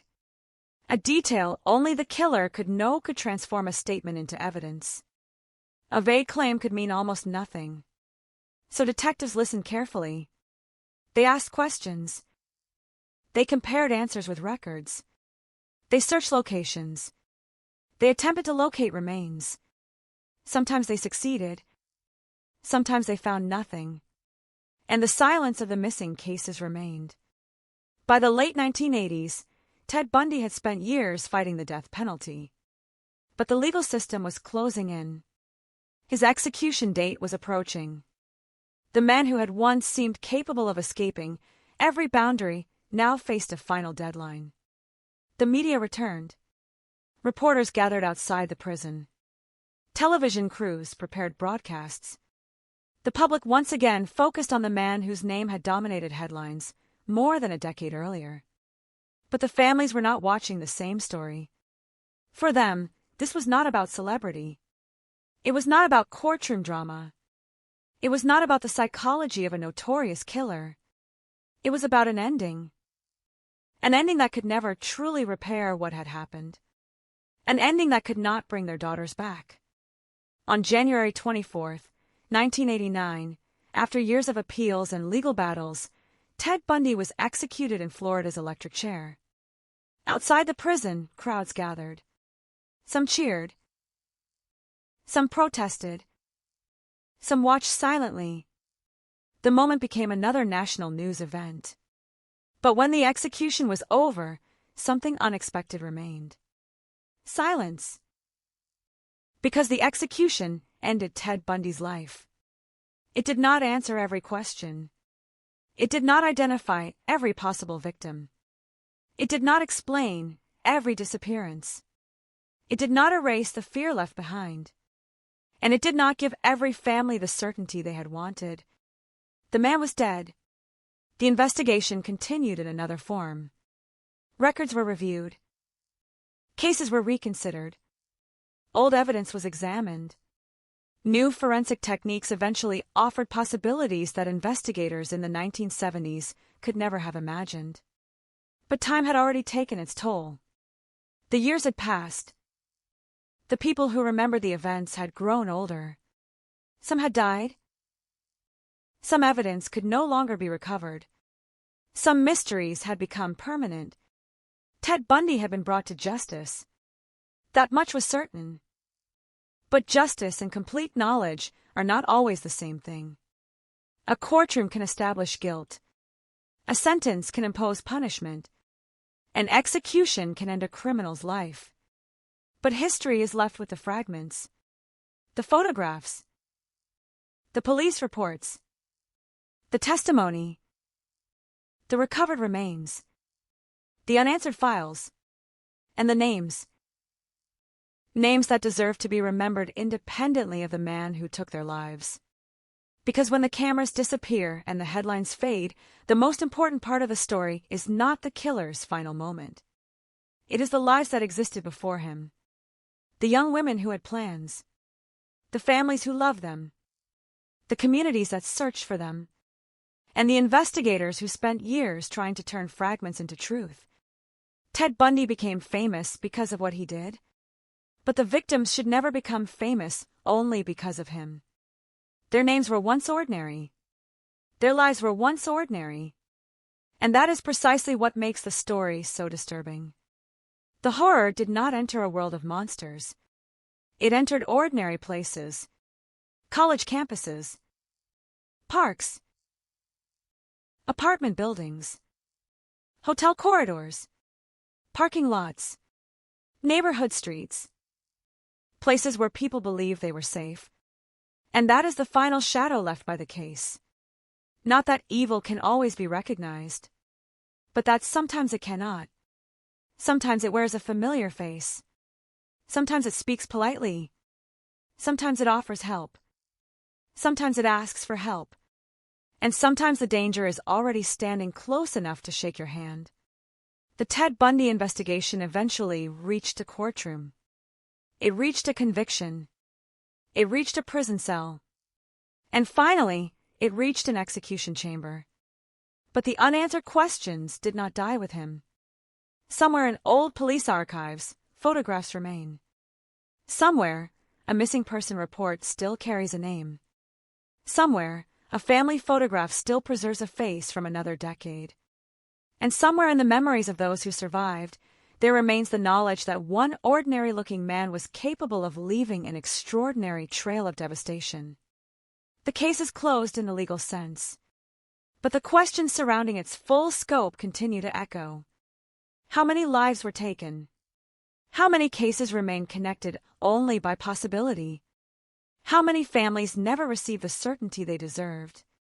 Those questions belong to the history of Ted Bundy. But the answers, if they exist, belong to the victims.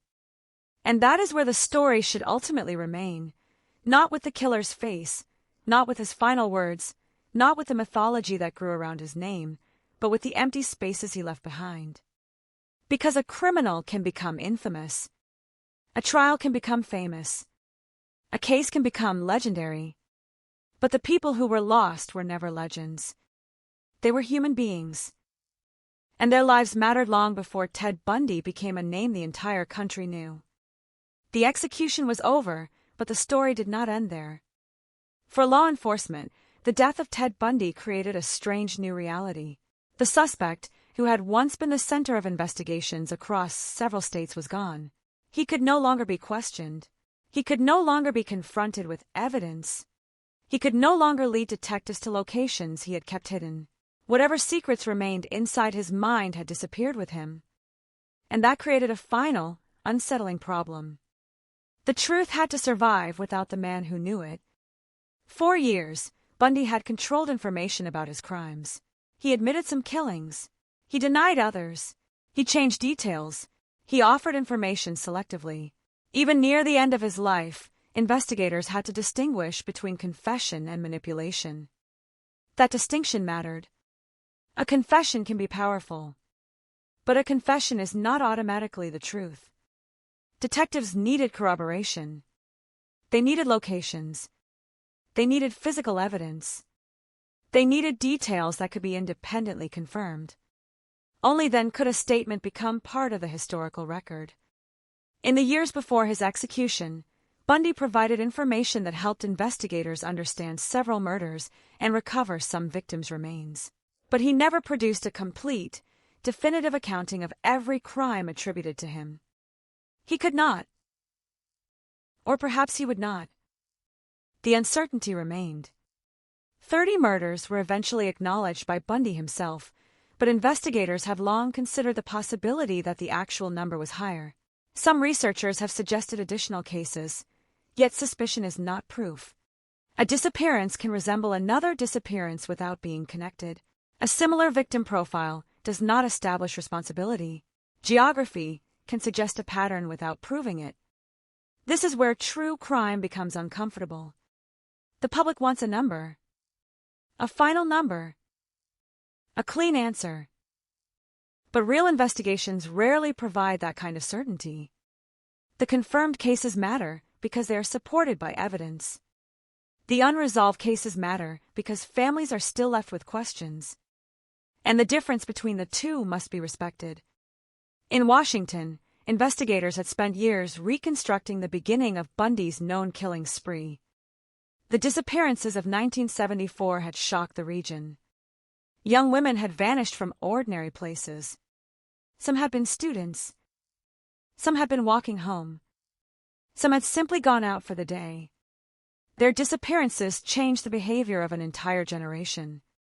Parents became more cautious. Students traveled in groups. Women became more suspicious of strangers offering assistance. The image of the helpful stranger was no longer automatically reassuring. A request for help could be a trap. A broken-down car could be staged. A cast on an arm could be fake. A friendly voice could conceal an entirely different intention. Bundy had exploited ordinary social behavior. He understood that people were trained from childhood to be polite, to help, to avoid appearing rude, to trust authority. That understanding had given him access to victims. But it also created a terrible psychological legacy. After Bundy's crimes became public, people began questioning every encounter. Who was safe? Who was dangerous? How could someone recognize a predator? There were no simple answers. One of the most disturbing facts about Bundy's crimes was that he did not always look threatening. He did not need to. His apparent normality was part of his weapon. His education could make him seem credible. His appearance could make him seem harmless. His confidence could make people lower their guard. And his ability to manipulate social situations allowed him to approach women without immediately triggering alarm. But there was another side to the story. The women who encountered him were not foolish. They were not responsible for what happened to them. They were ordinary people responding to situations in ordinary ways. The blame belonged to the person who chose violence. That distinction became increasingly important as the case entered history.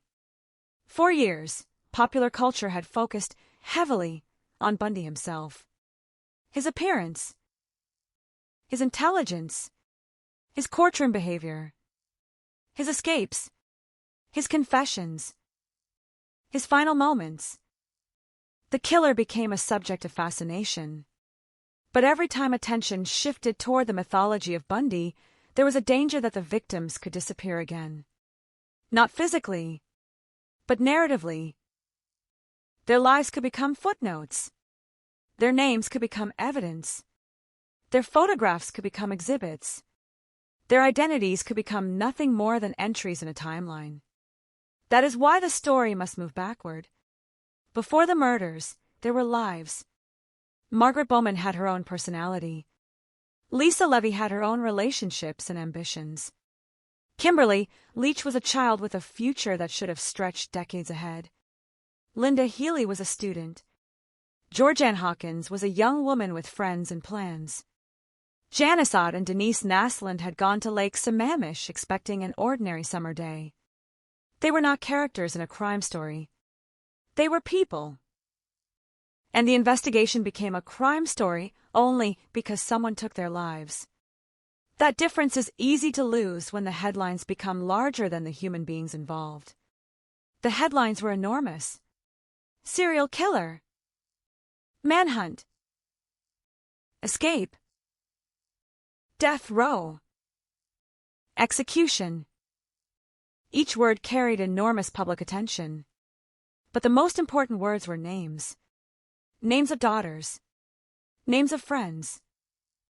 Names of students. Names of women who never got to finish the lives they had begun. The investigators who worked these cases understood that. For them, the work was not about creating a legend. It was about building a case. That meant returning to evidence again and again. It meant rechecking timelines. It meant comparing witness statements. It meant examining photographs and records. It meant searching terrain. And sometimes it meant reopening cases that had been sitting untouched for years. Modern forensic science eventually changed what investigators could do. DNA technology became one of the most important tools in criminal investigations. Evidence that had once been considered nearly useless could sometimes be tested again. Old biological material could potentially reveal genetic information. Databases could compare profiles across cases. A murder investigation that had once depended almost entirely on eyewitnesses could now have a completely different set of possibilities. But the Bundy cases also revealed the limitations of science. Not every piece of evidence survives. Not every crime scene was preserved with future technology in mind. Not every case contains biological material. Not every sample can produce a usable profile. And even when DNA exists, it must still be interpreted correctly. Forensic science can strengthen a case. It cannot manufacture certainty where none exists. That lesson became especially important as older cases were revisited. The investigation of a historical murder is often a battle against time. Evidence disappears. Witnesses forget. Documents become damaged. People move. Buildings are demolished. Landscapes change. And the people who originally investigated the case may no longer be alive. The passage of time can turn a crime scene into a memory. That was the challenge surrounding many unsolved disappearances potentially linked to Bundy. Some cases had intriguing similarities. Some had geographic connections. Some had circumstances that seemed consistent with his known behavior. But consistency is not confirmation. The temptation to connect every disappearance to a notorious killer can be enormous. It can also be dangerous. A famous suspect can become a magnet for unsolved cases. When a case has no answer, investigators and the public naturally search for a possible explanation. Bundy became one of those explanations. But the responsible approach is different. Evidence first. Theory second. That principle matters because the families deserve accuracy, not mythology. For some families, Bundy's conviction provided an answer. For others, it provided only another question. Was their missing loved one of his victims? There were cases where investigators suspected a connection but could not establish one beyond reasonable doubt. There were women who disappeared during periods when Bundy was known to be traveling. There were locations that overlapped. There were descriptions that sounded familiar. But none of those details alone could close a case. And after Bundy's death, the opportunity to test him against those cases disappeared forever. No new interrogation. No new confession. No chance to ask him about a photograph. No chance to take him back to a remote location and ask what happened there. That door closed in 1989. The remaining evidence would have to speak for itself. Years passed. The name Ted Bundy continued to appear in documentaries, books, television programs, podcasts, and academic discussions. His case became part of the history of American criminal justice. It became a case study in criminal psychology. It became an example of the weaknesses of interstate communication during the 1970s. It became a warning about how dangerous assumptions can be. And it became a reminder that law enforcement systems are only as strong as the information they share. The Bundy investigation had crossed multiple jurisdictions. Washington, Oregon, Utah, Colorado, Florida. Each state had its own agencies, its own records, its own investigators, its own procedures. Today, information can move almost instantly between departments. In the 1970s, that was not always true. A pattern that might seem obvious today could take months or years to recognize. A missing woman in one state might not immediately be connected to another missing woman hundreds of miles away. A suspect could exploit those gaps. Bundy did. His movement across state lines became part of the reason the investigation was so difficult. The case also exposed another problem. The assumptions investigators make at the beginning of a case can shape everything that follows. When a young woman disappears, the first question is often whether she left voluntarily. That possibility must be considered. But in some cases, it can delay recognition of danger. A missing person may be treated differently depending on age, circumstances, relationships, or prior behavior. The Bundy cases show the consequences of uncertainty. The longer investigators waited to recognize a pattern, the more time the killer had. That does not mean every disappearance could have been prevented. It does mean that the early hours of a missing person case can be critical. The history of Bundy forced law enforcement agencies to rethink those procedures. The creation of specialized missing person systems, improved information sharing, better forensic databases, and more coordinated investigations all developed within a broader transformation in criminal investigation. Bundy's crimes were part of that history. But they were not the only reason those systems changed. Technology changed. Policing changed. Public expectations changed. And the lessons from many cases accumulated over time. Still, the most powerful lesson may have nothing to do with technology. It is the importance of listening. Listening to families. Listening to witnesses. Listening when someone says something feels wrong. The surviving victims of Bundy played a crucial role in exposing him. Carol Durant survived because she fought.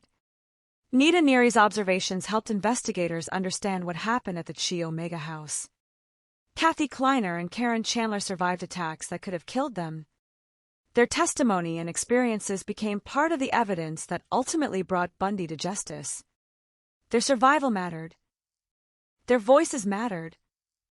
Without them, some of the cases might have been much harder to prove. And that is another part of the story that can be forgotten. The victims were not simply passive figures in Bundy's narrative. Some fought back. Some escaped. Some remembered details that investigators desperately needed. Some survived long enough to testify. Their courage helped transform suspicion into evidence. Their testimony helped move the case from rumor to courtroom. And their survival ensured that Bundy's victims would not all remain silent. But there was one final irony. Ted Bundy spent much of his life trying to control how others saw him. He built a respectable public identity. He denied accusations. He escaped custody. He manipulated interviews. He controlled information. Yet in the end, he could not control the historical record. The evidence remained. The convictions remained. The victims' names remained. And the truth that emerged was far darker than the image he had constructed. The ordinary face could not erase the crimes. The courtroom performance could not erase the evidence. The escapes could not erase the victims. And the execution could not erase the questions. That is why the Bundy case remains so disturbing decades later. It is not simply the story of a man who killed. It is the story of how long a person can hide behind normality. It is the story of how fragmented investigations can delay recognition of a pattern. It is the story of how families can be trapped between hope and grief. And it is the story of how justice, even when eventually achieved, cannot restore what was taken. The electric chair ended Bundy's life. It did not end the memory of the women whose lives he destroyed. Their names survived. Their photographs survived. Their family survived. And the lessons survived. But somewhere beyond the confirmed cases, there remained another uncomfortable possibility. There may have been victims whose stories were never fully reconstructed. Women whose disappearances still sit inside old files. Women whose families may never know exactly what happened. That uncertainty is not proof of additional Bundy murders. It is simply the reality of unsolved cases. And that reality leaves the door open to a question that cannot be answered with certainty. How much of Ted Bundy's story will we ever truly know? The man is gone. The evidence remains. The confirmed victims have names. The convicted crimes have records. But history is full of shadows. And in those shadows are the cases that never reached a courtroom, the disappearances that never produced a body, and the families who continued waiting long after the killer's name became famous. The story of Ted Bundy is therefore not finished simply because Ted Bundy is dead. The legal chapter ended. The investigation changed. The mythology grew. But the search for truth continued. And every time an old case is reopened, every time investigators examine evidence with technology that did not exist decades ago, every time a family receives an answer after years of silence, the meaning of a cold case changes. Because time does not always destroy evidence. Sometimes it creates new ways to understand it. And that possibility would become increasingly important as forensic science entered a new era. An era in which the smallest trace could speak. A strand of hair. A biological sample. A fingerprint. A microscopic fragment. Evidence that investigators in the 1970s might have overlooked could become valuable decades later. And for some old cases, that could mean something extraordinary.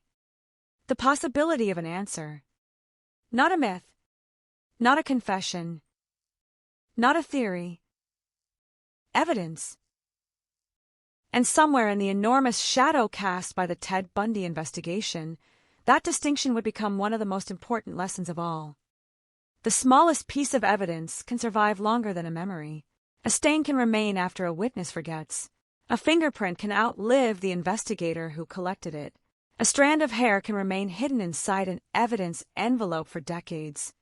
And sometimes, when technology changes, an old piece of evidence can suddenly speak with a voice that investigators never had the ability to hear before.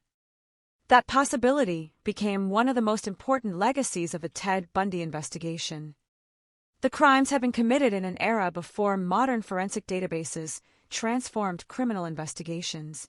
There was no national DNA system capable of instantly comparing biological evidence from one crime scene against thousands of other cases. There were no smartphones recording movements. No network of digital cameras following a suspect from one city to another. No sophisticated software capable of mapping every disappearance against every known location. Investigators worked with what they had. Photographs. Fingerprints. Witness statements. Vehicle descriptions. Handwritten reports. Physical objects. And human memory. Today, those methods can seem primitive. But detectives in the 1970s were working at the edge of what forensic science could provide. That distinction matters. It is easy to look backward with modern knowledge and ask why investigators did not see everything immediately. The answer is that they did not possess the tools that investigators have today. And even today, technology does not solve every mystery. A forensic sample must first exist. It must have been preserved. It must not have been contaminated or destroyed. And it must contain enough information to produce a reliable result.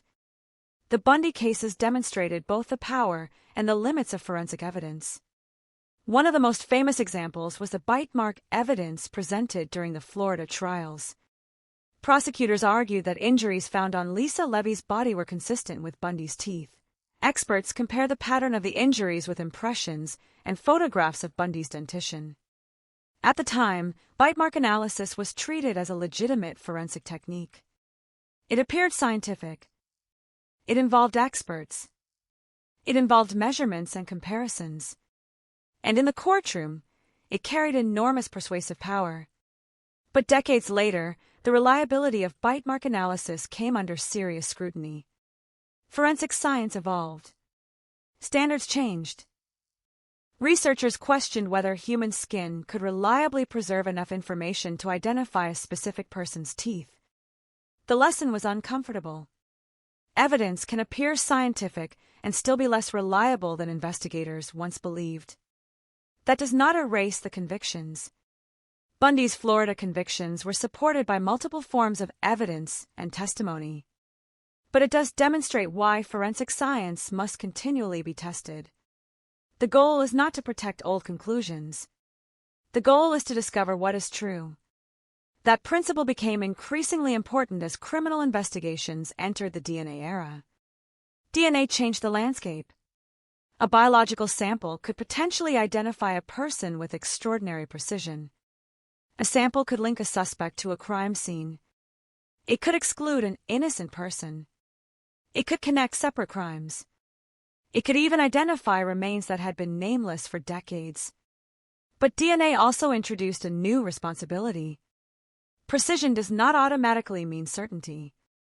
Investigators still have to establish how biological material arrived at a scene. They must distinguish relevant evidence from incidental contact. They must preserve chain of custody. They must interpret statistical results correctly. And they must avoid allowing a powerful technology to become a substitute for careful reasoning. The Bundy investigation became part of this larger evolution. His case belonged to an earlier generation of criminal investigation, but its legacy extended into a new era. Cases that once seemed impossible to solve could now be reconsidered. Old evidence could be tested.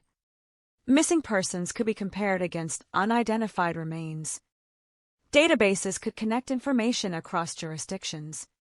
And investigators could search for patterns that had been invisible decades earlier. But the past still resisted. Some evidence was gone. Some crime scenes had changed. Some remains had never been recovered. Some records were incomplete. And some victims had never been officially connected to Bundy. That last category was perhaps the most difficult.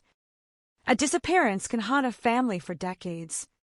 Imagine a photograph taken when a daughter was 20 years old. Imagine that photograph remaining on a wall while the years pass. 25. 30. 40. The face in the photograph does not change. The family does. The parents grow older. Siblings build their own lives. Friends move away. People who knew the missing person begin to die. And eventually, the person who disappeared becomes a story remembered by fewer and fewer people. That is why cold cases are so difficult. Time is not neutral. Time changes evidence. Time changes witnesses. Time changes families. But time does not change the question. Where did she go? In the Bundy era, families often had to search without the technological support available today. They distributed flyers. They contacted police. They called hospitals. They searched records. They waited. And sometimes, years passed without an answer. The possibility that Bundy might have been responsible for additional disappearances made those cases even more complicated. His known victim profile was broad enough to create suspicion around numerous missing women. But suspicion alone could never be enough. A responsible investigation has to resist the temptation to turn a famous criminal into the answer for every unsolved case. That temptation can be powerful. Once the public knows that a serial killer operated in a particular region, previously unrelated cases can suddenly look connected. A young woman disappears. She resembles another victim. The date falls within a suspected period. The location is within driving distance. The connection feels obvious. But investigators need more than feeling. They need evidence. And sometimes, after decades, the evidence simply is not there. This is one of the hardest truths in criminal investigation.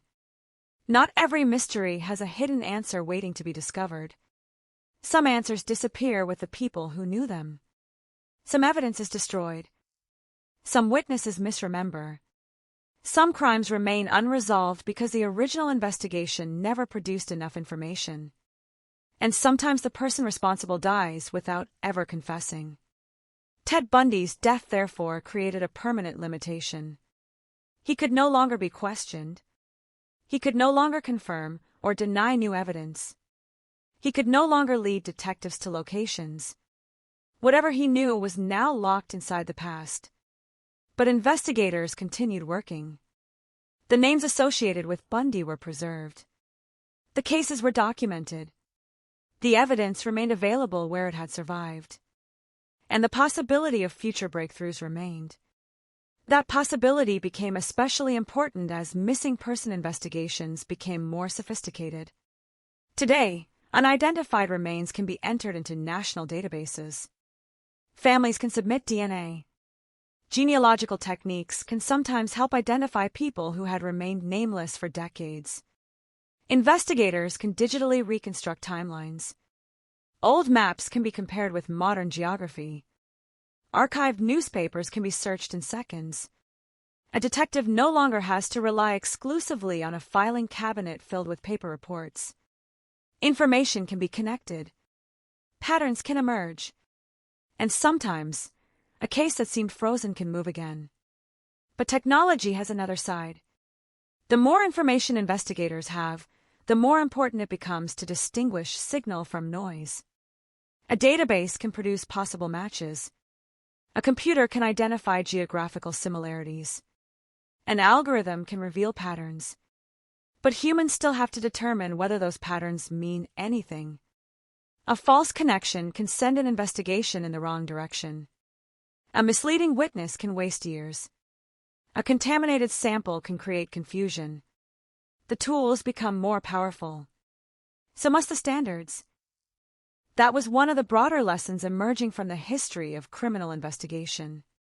The purpose of forensic science is not to create a dramatic story. It is to test a hypothesis. Sometimes the evidence confirms it. Sometimes it destroys it. Both outcomes are valuable. For investigators, proving a theory wrong can be just as important as proving it right. That principle is especially important in cases involving notorious criminals. Once a suspect becomes famous, confirmation bias can become a serious danger. People begin seeing what they expect to see. A clue that points toward the suspect receives attention. A clue that points away may be dismissed. The reputation of a suspect begins influencing interpretation of the evidence. Ted Bundy's reputation makes this problem particularly significant. Because he really was a serial killer. Because he really did murder multiple women. Because he really did cross state lines. Because he really did escape custody. Because he really did manipulate investigators. Those facts make it tempting to believe that every suspicious disappearance occurring near his known movements must somehow involve him. But criminal investigation cannot operate that way. Every case must stand on its own evidence. The victims deserve nothing less. And that is why some cases associated with Bundy remain classified as uncertain rather than confirmed. It is not because investigators do not care. It is because the standard of proof matters. A family may desperately want to know. The public may desperately want a dramatic answer. But a theory is not the same as evidence. A possibility is not the same as a conviction. And a similarity is not the same as a connection. Those distinctions can be painful.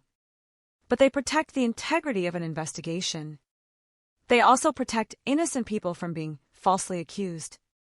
The history of Ted Bundy contains another important lesson.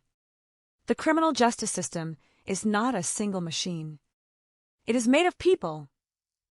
Detectives, patrol officers, prosecutors, defense attorneys, forensic specialists, judges, jurors, corrections officers, witnesses, victims, families. Every part of the system can succeed. Every part can fail. And sometimes, one small mistake can change an entire investigation. Bundy's first escape exposed weaknesses in courthouse security.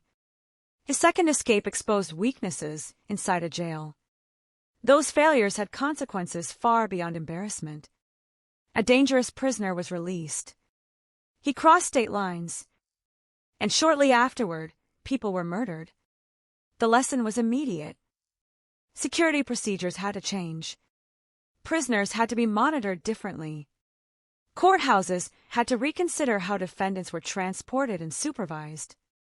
Jails had to examine physical vulnerabilities. A single escape could become a public safety crisis. Bundy's case, therefore, became part of a broader evolution in correctional security. But perhaps the most enduring lesson was psychological. People often assume that dangerous individuals look dangerous. That assumption is comforting. It is also unreliable. Bundy's appearance became part of the public mythology because it contradicted expectations. He looked educated. He could appear polite. He could speak intelligently. He could behave calmly. None of those qualities prevented him from committing horrific crimes. The lesson is not that intelligence is suspicious. It is not that attractiveness is dangerous. It is not that ordinary people should fear everyone they meet. The lesson is simpler. Appearance is not evidence of character. Behavior matters. Patterns matter. Warning signs matter. And when someone violates another person's boundaries, attempts to isolate them, impersonates authority, or creates a situation where resistance becomes difficult, those behaviors deserve attention regardless of how respectable the person appears. The women who survived Bundy helped demonstrate that. Their experiences challenged the image he tried to project. They showed that the man behind the public persona could be identified. He was not invisible. He left traces. He made mistakes. He could be resisted. He could be caught. That is an important part of the story because serial killers are often portrayed as almost superhuman. They are not. They are human beings who commit crimes. They make mistakes. They leave evidence. They depend on opportunity. They can be stopped. Bundy's eventual capture proved that. The man who had spent years moving between states eventually ran out of places to hide. The man who had escaped custody eventually found himself behind walls he could not escape. The man who had controlled information eventually faced a historical record he could not control. And the man who had once relied on other people's uncertainty eventually became the subject of one of the most thoroughly documented criminal cases of the 20th century. Yet even the most documented case can contain shadows. That is the paradox. We know a great deal about Ted Bundy. We know about his arrests, his escapes, his trials, his convictions, his execution. We know the names of many victims. We know the locations of many crimes. We know the evidence that brought him to justice. But we do not know everything. There are still questions. Questions about possible victims. Questions about early crimes. Questions about disappearances that occurred during periods when Bundy was traveling. And questions that may never be answered. The passage of time will not make those questions disappear. If anything, it makes them more haunting. Because every year that passes reduces the number of people who personally remember what happened. Eventually, the investigation becomes history. The detectives become names in archived reports. The witnesses become old photographs. The victims become faces preserved in family albums. And the killer becomes a chapter in textbooks about crime. But for the families, the past is not a chapter. It is still personal. That is why the search for truth continues even after a suspect has been convicted or executed. Because justice is not only about punishment, it is also about identification.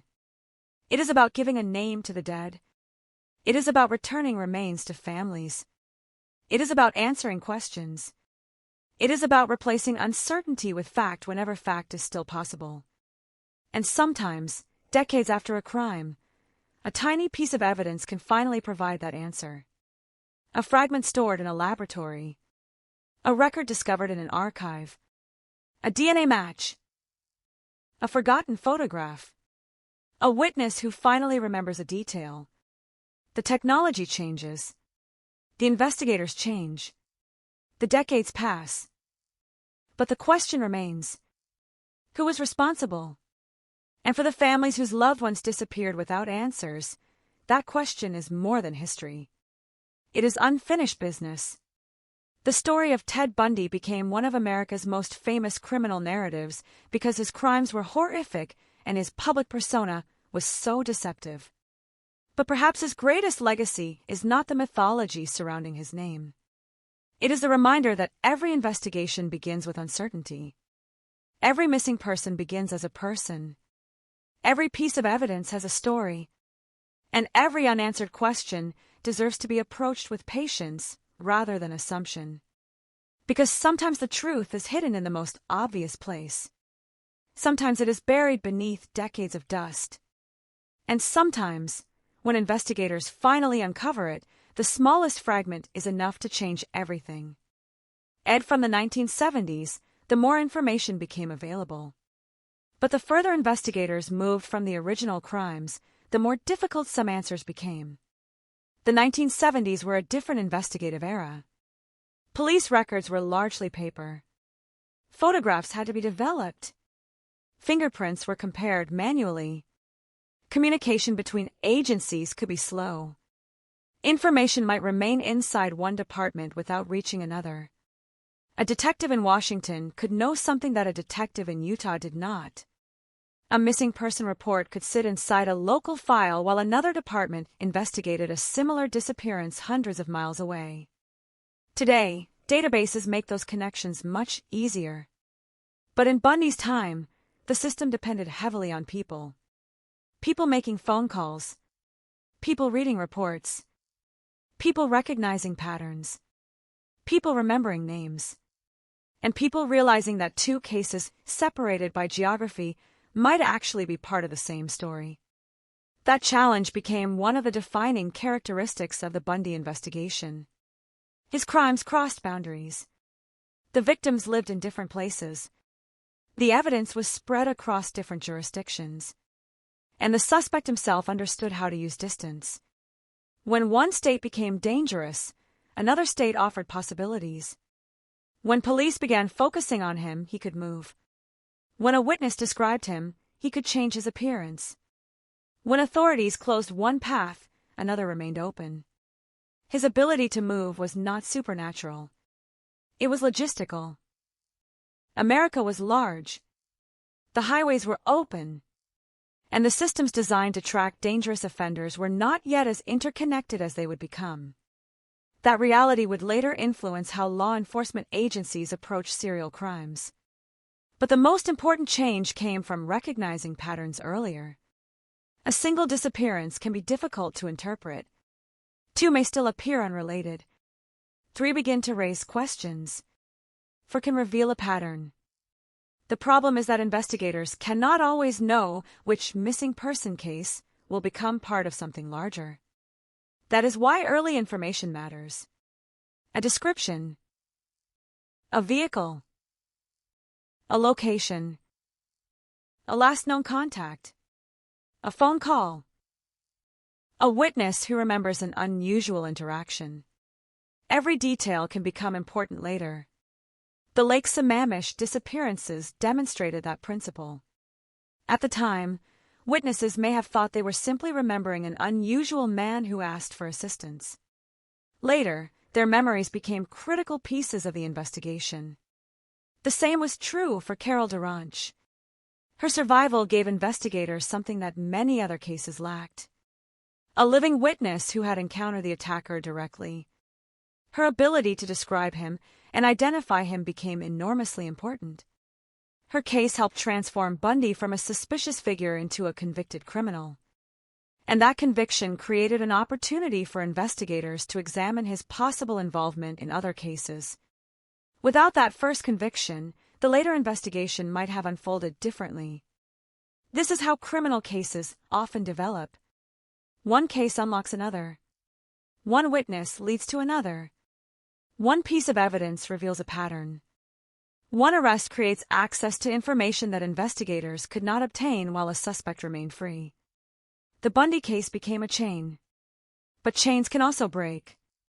And every broken link represented a potential unanswered question. There were missing women whose cases did not contain enough evidence to connect them to Bundy. There were disappearances that occurred during periods when his movements were uncertain. There were cases where investigators suspected him but could not establish responsibility. And there were victims whose remains were never recovered. The absence of a body does not mean a crime did not happen, but it can make prosecution extraordinarily difficult. A murder conviction requires evidence. A suspicion can be emotionally powerful. A theory can seem convincing, but a courtroom demands something more. That difference explains why the number of victims officially attributed to Bundy is not the same as every case ever speculated to be connected to him. History has a tendency to simplify. A notorious criminal becomes associated with an enormous number. The number becomes repeated. The repetition creates certainty. But repetition is not evidence. The confirmed cases must remain distinct from the suspected ones. This distinction is particularly important for the victims, because every unresolved disappearance is a real human tragedy regardless of who caused it. If a missing woman was not killed by Bundy, that does not make her disappearance less important. If a case remains unsolved, the family still deserves answers. If evidence eventually shows that Bundy was not responsible, that is not a failure. It is progress. The goal is not to make the story fit a famous suspect. The goal is to discover what actually happened. That principle would become even more important as forensic science developed. DNA testing created new possibilities. Evidence collected decades earlier could sometimes be examined using techniques unavailable when the crime occurred. In some cases, biological material could identify a suspect. In others, it could exclude one. That second result could be just as important. An innocent person should not remain connected to a crime simply because an old theory was never challenged. Modern forensic investigation increasingly became about testing evidence rather than defending assumptions. The Bundy era had begun before that transformation. His investigators often relied heavily on eyewitness descriptions, physical objects, and behavioral patterns. Some of those methods were effective, some were imperfect, and some would later be questioned. The history of forensic science is not a straight line from ignorance to perfection. It is a process of correction. Techniques are developed. They become accepted. New research reveals limitations. Standards change. Courts reconsider what evidence should be allowed. Investigators adapt. That process can be uncomfortable because it means admitting that some conclusions made decades earlier may deserve reevaluation. But science that cannot correct itself is not science. The Bundy case illustrates that principle through the controversy surrounding bite mark analysis. At the time of his Florida trials, bite mark testimony was treated as significant forensic evidence. The prosecution used it to connect Bundy to Lisa Levy. But later scientific scrutiny raised substantial questions about the reliability and reproducibility of such analysis. That does not mean every piece of evidence in the case was invalid. It means investigators and courts must understand the strengths and limitations of every forensic technique. The lesson extends far beyond Bundy. A confident expert is not automatically correct. A scientific-looking method is not automatically reliable. And a courtroom presentation cannot replace empirical validation. These lessons became increasingly important as forensic science gained influence. DNA would eventually provide far stronger statistical foundations for identification. But even DNA requires interpretation. The presence of someone's DNA at a location does not automatically prove murder. People leave biological traces in many ways. Context matters. Timing matters. Transfer matters. Chain of custody matters. And the prosecution still has to connect the evidence to the crime. The sophistication of modern technology does not eliminate the need for careful investigation. It increases the responsibility. That responsibility also applies to historical cases. When investigators reopen a decades-old disappearance, they must resist the desire for a dramatic ending. The family may desperately want an answer. The public may want a headline. But investigators need facts. Sometimes those facts lead directly to a suspect. Sometimes they eliminate a suspect. Sometimes they identify a victim but not the killer. And sometimes they reveal that the original theory was wrong. Each outcome matters. The Bundy investigation also raised another question that would become central to modern criminal profiling. Can behavior predict future violence? Investigators became interested in understanding Bundy's methods. How did he select victims? How did he approach them? How did he establish trust? How did he move them? How did he avoid detection? These questions could potentially help investigators identify patterns in future cases. But behavioral analysis has limits too. A profile is not an identification. It can help narrow possibilities. It cannot replace physical evidence. That distinction matters because criminal profiling has sometimes been presented as almost magical. It is not. A profile may suggest that an offender has certain characteristics, but thousands of people can fit a broad description. The real breakthrough comes when behavioral information intersects with evidence. That was what eventually happened in the Bundy case. His behavior mattered. His movements mattered. His vehicle mattered. His victims' accounts mattered. Physical evidence mattered. And the legal process combined those pieces. No single clue solved the entire case. The case was built from accumulation. Piece after piece. Fact after fact. That is often how major investigations are solved. Not through one brilliant detective discovering one perfect clue, but through dozens of people performing small tasks correctly. A patrol officer notices something. A witness remembers something. A detective records it. A forensic technician tests it. A prosecutor presents it. A jury evaluates it. Justice emerges from the accumulation. The opposite is also true. A missed detail can matter. A report that is not shared can matter. A witness who is not interviewed can matter. A piece of evidence that is lost can matter. Bundy's ability to operate for years was partly a story of his own manipulation. But it was also a story of the limitations of the systems around him. That is why his crimes had consequences beyond the individual cases. Law enforcement agencies learned. Correction systems learned. Courts learned. Communities learned. And the public learned. The image of a dangerous stranger became more complicated. So did the idea of personal safety. Women were encouraged to trust their instincts. People were reminded that strangers claiming authority should be verified. Parents taught children to recognize manipulation. Communities became more aware of missing person alerts and coordinated searches. Some changes were practical. Others were cultural. The Bundy case became part of a larger shift in how Americans thought about violent crime. But there was also a darker cultural consequence. The fascination with Bundy created a template for the celebrity serial killer. His image appeared in books. His crimes became television stories. His trials were revisited. His personality was analyzed repeatedly.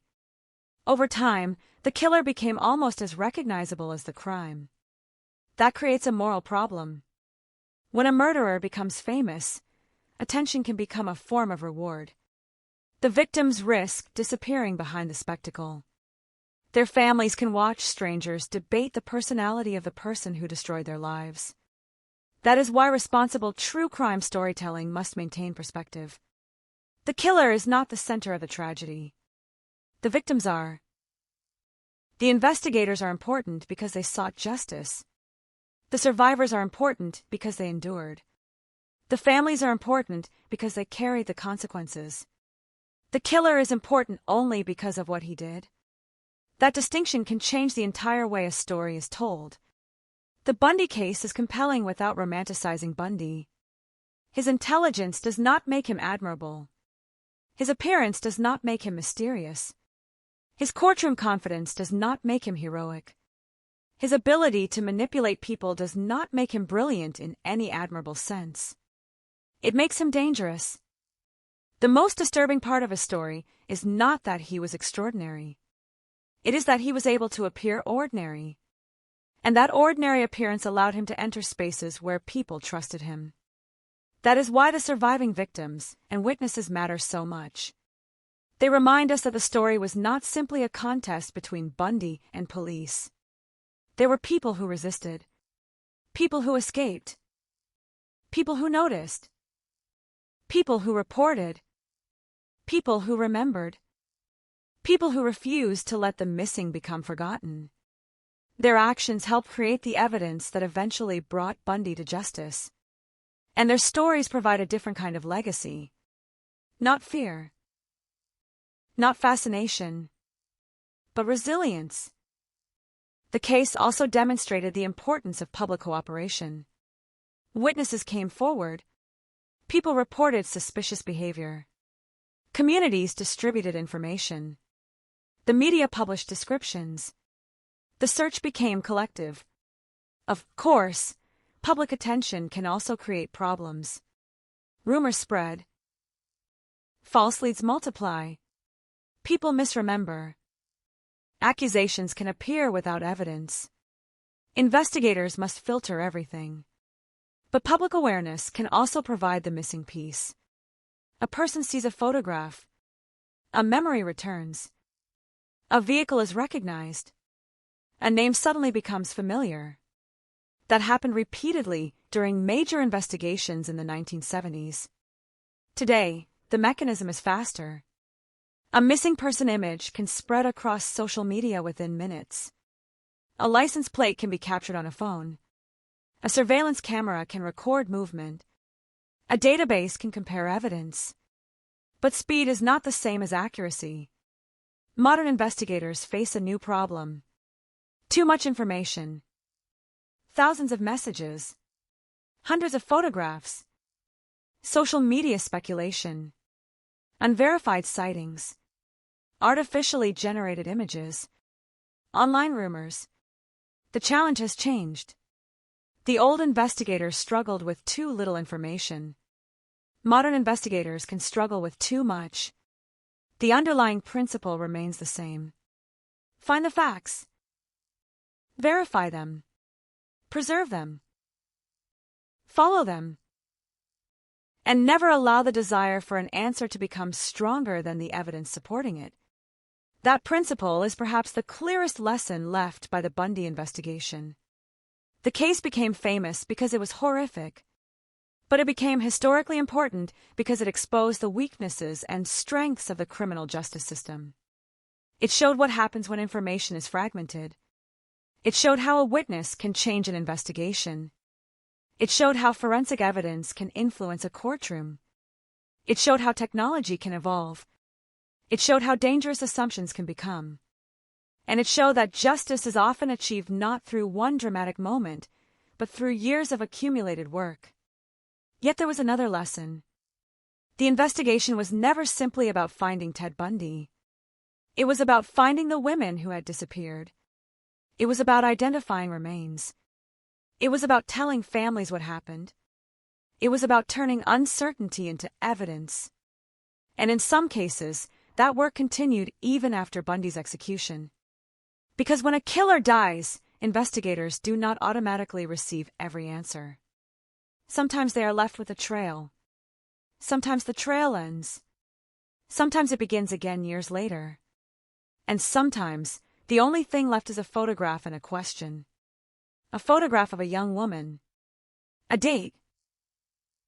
A location. A missing person report. No body. No confession. No final answer. Those are the cases that remain in the shadows. They are not automatically Ted Bundy cases. They are simply unresolved cases. And every one of them deserves to be investigated on its own evidence. That is the difference between history and mythology. Mythology wants a simple story. History demands uncertainty where uncertainty exists. The story of Ted Bundy contains plenty of certainty. He was convicted of multiple murders. He escaped custody twice. He was captured in Florida. He was sentenced to death. He was executed in 1989. But around those confirmed facts are questions. Questions about the full number of victims. Questions about suspected cases. Questions about disappearances that remain unexplained. And questions about how many warning signs existed before investigators understood the scale of what was happening. Those questions continue to matter. Not because Bundy deserves more attention, but because the answers can help prevent future failures. Every case teaches something. Every mistake can become a lesson. Every survival can become a warning. Every piece of evidence can become a precedent. And every victim can become a reason to improve the system. The legacy of Ted Bundy is therefore complicated. It is a story of violence, but also investigation. A story of manipulation, but also resistance. A story of failure, but also adaptation. A story of unanswered questions, but also evidence powerful enough to bring a killer to justice. The name Ted Bundy remains, but so do the names of the people he tried to erase. And perhaps that is the most important distinction. He wanted control. The investigation took it away. He wanted silence. The survivor spoke. He wanted anonymity. His face became known. He wanted freedom. The law eventually caught him. And he wanted the final word. But history never belongs entirely to the person who commits the crime. It belongs to everyone who survives it. Everyone who investigates it. Everyone who remembers. And everyone who refuses to let the victims disappear a second time. That is why the files remain. That is why the photographs remain.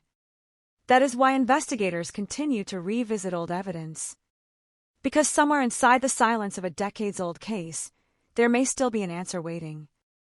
And sometimes, all it takes is one person willing to look again. The decision to look again can change the meaning of an entire case. A photograph that once seemed ordinary can reveal a forgotten detail. A witness statement can become more important after another piece of evidence appears. A box of old files can contain a name that was overlooked decades earlier. And in the world of cold cases, where time seems to bury everything beneath layers of dust, looking again can sometimes be the difference between uncertainty and truth. But there is another side to looking back. The past does not always cooperate. Ted Bundy's crimes had been investigated in an era when evidence was collected differently, communication was slower, and forensic science had not yet reached the capabilities available today. By the time investigators began revisiting parts of his history, decades had passed. The people involved had aged. Some had died, some memories had faded, some evidence had been destroyed, some locations had changed completely. A road that once ran through empty land could now be surrounded by buildings. A wooded area could become a parking lot. A motel could disappear. A house could be demolished. A university campus could be transformed. The physical world itself could erase pieces of a crime. Yet the records remained.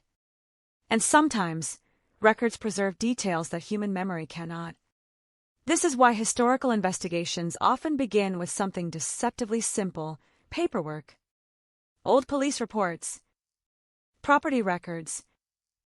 Hospital records. Newspaper archives. Missing person files. Vehicle registrations. Court documents. Handwritten notes. Every document can provide a timestamp. Every timestamp can create a timeline. And timelines are crucial when investigators attempt to determine whether a suspect could have been in two places at once. In Bundy's case, movement was central. He traveled. He crossed state lines. He changed identities. He lived in different places. He appeared in different communities. That mobility created opportunities, but it also created records. A hotel reservation. A vehicle sighting. A traffic stop. A witness. A purchase. A conversation. A police report. One detail might seem meaningless. 10 details can become a pattern. The reconstruction of a suspect's movements is one of the most powerful tools available to investigators. It can eliminate possibilities. It can expose contradictions. It can show that a suspect was nowhere near a crime scene. Or it can place the suspect exactly where investigators feared he had been. For Bundy, those timelines became increasingly important as authorities examined cases across several states. But there was a fundamental challenge.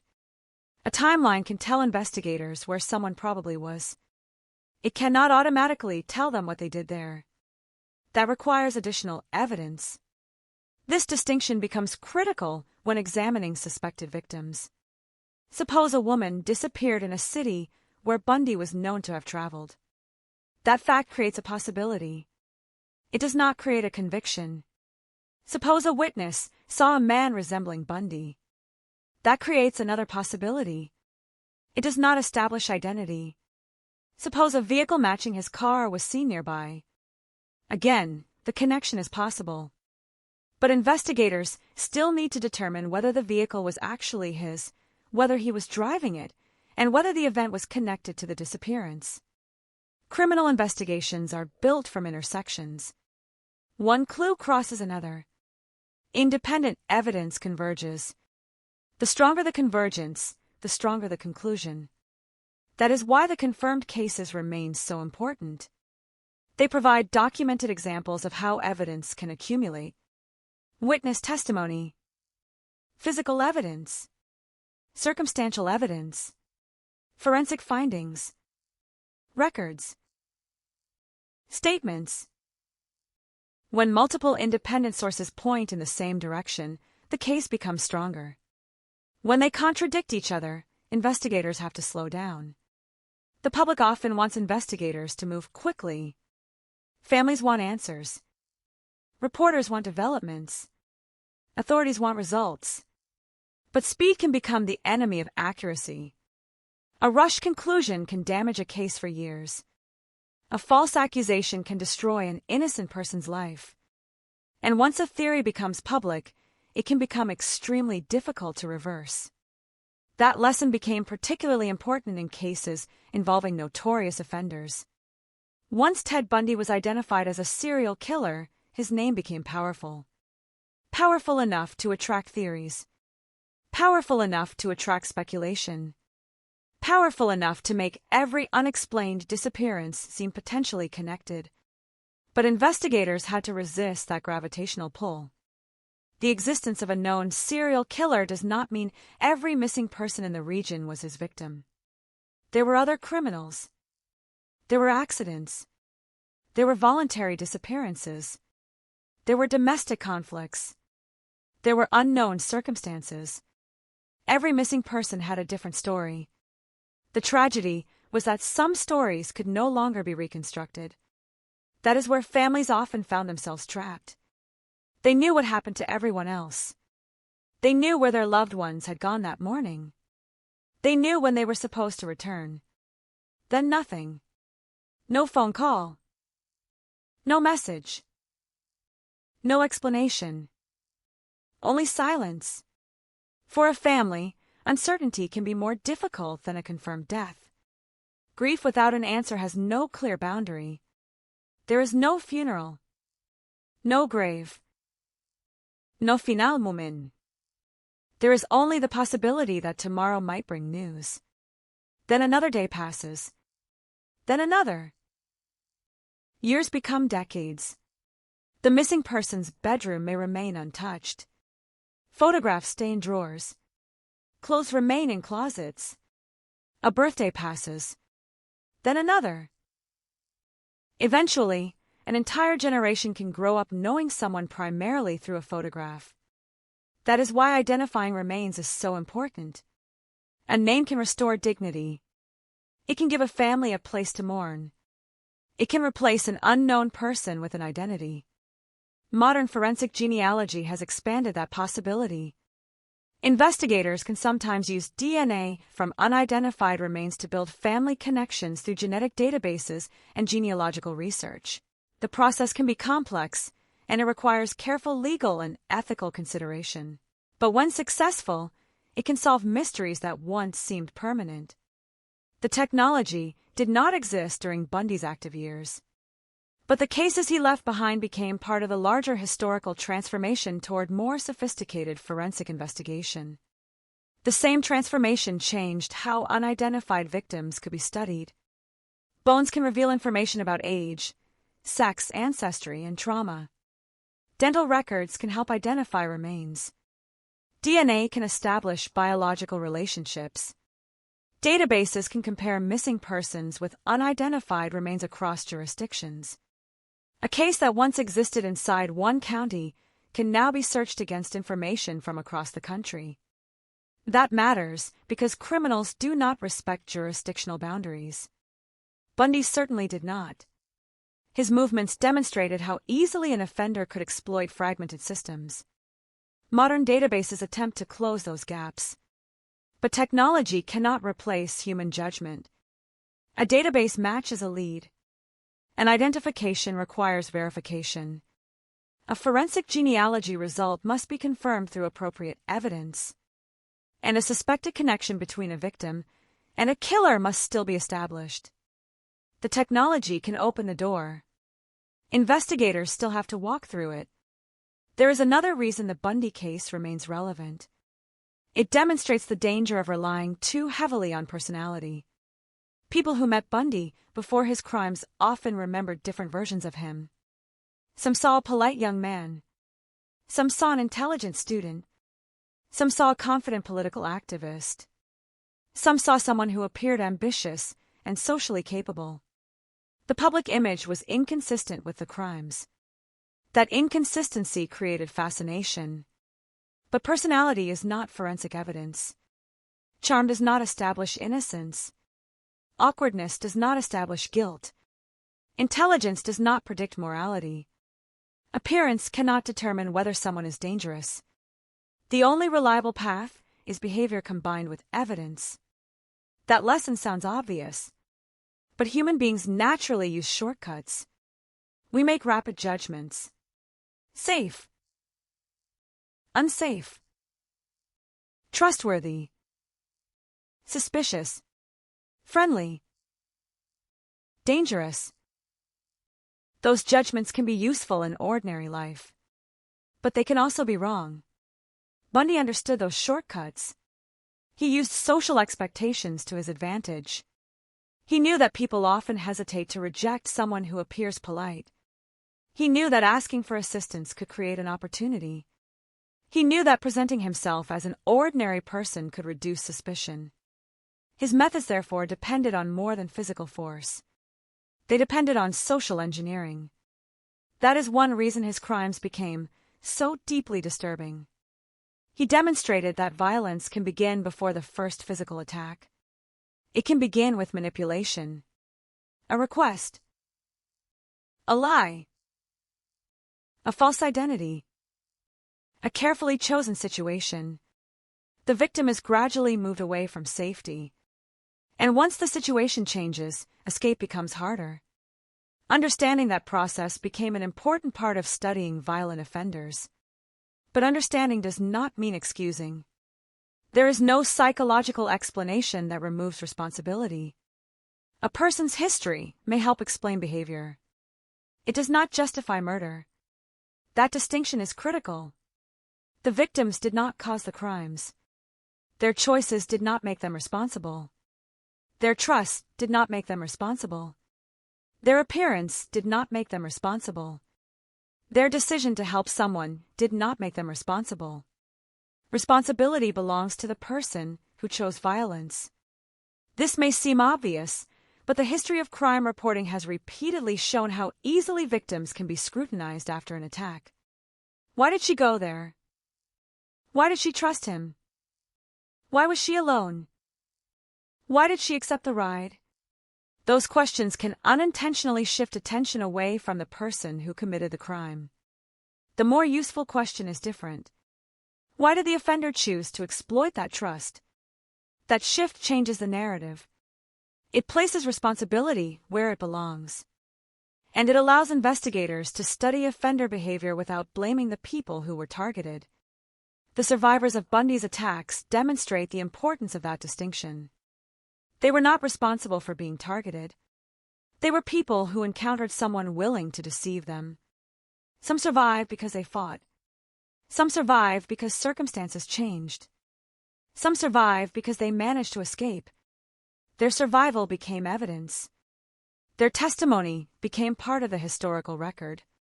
And their voices challenged the image Bundy tried to create. The courtroom could no longer see only the polished exterior. It could hear from people who had experienced what existed behind it. That testimony mattered. It helped establish a reality that Bundy himself could not control. The case, therefore, became a battle between appearance and evidence. Appearance said ordinary. Evidence said otherwise. Appearance said trustworthy. Evidence said dangerous. Appearance said educated. Evidence revealed calculated violence. In the end, evidence won. But evidence does not always arrive quickly. Sometimes it takes years. Sometimes decades. Sometimes it takes new technology. Sometimes it takes a new investigator asking an old question. That is why cold case work is so important. A case can appear dead without actually being finished. New information can emerge. A witness can come forward. A forensic technique can improve. A database can produce a match. A forgotten object can be rediscovered. The smallest detail can suddenly become significant. But investigators must also accept the possibility that some questions will remain unanswered. That is perhaps the hardest part of criminal investigation. Not every mystery has a final revelation. Not every missing person is found. Not every victim receives a courtroom verdict. And not every family gets the ending they deserve. The responsible response is not to invent an ending. It is to preserve the truth that is known while acknowledging what is not. The Ted Bundy case contains both. There are facts established in court. There are documented victims. There are confirmed convictions. There are verified locations. There are surviving witnesses. And there are unanswered questions about the full extent of his crimes. Keeping those categories separate is essential. Because when fact and speculation become mixed together, the victims can disappear behind mythology. The case becomes entertainment. The killer becomes a character. The uncertainty becomes a mystery designed for suspense. But real families lived through that uncertainty. Real people waited for answers. Real investigators carry those cases. The suffering was not fictional. The consequences were permanent. That is why every retelling must return to the human cost. The most important fact about Ted Bundy is not that he became famous. It is that people died. People disappeared. Families suffered. Survivors carried trauma. Investigators spent years searching for answers. And a criminal justice system was forced to confront its own weaknesses. Those lessons remain relevant. Technology will continue to improve. Databases will become larger. Forensic science will become more precise. Artificial intelligence may help investigators analyze enormous volumes of information. But the fundamental question will never change. What happened? And how can we prove it? That question stands at the center of every investigation. It stood at the center of the Bundy case. It stands at the center of every cold case today. And it explains why the past can never be considered completely silent. A file may sit untouched for 30 years. A photograph may remain in an archive. A sample may remain preserved. A name may remain missing from a database. Then someone looks again. And suddenly, the silence begins to break. But looking again requires patience. It requires skepticism. It requires the courage to accept evidence that contradicts expectations. And above all, it requires remembering why the search began. Not for the fame of a killer. Not for the thrill of a mystery. Not for the satisfaction of a dramatic ending. But for the people who never came home. Because behind every missing person file is a life. Behind every photograph is a person.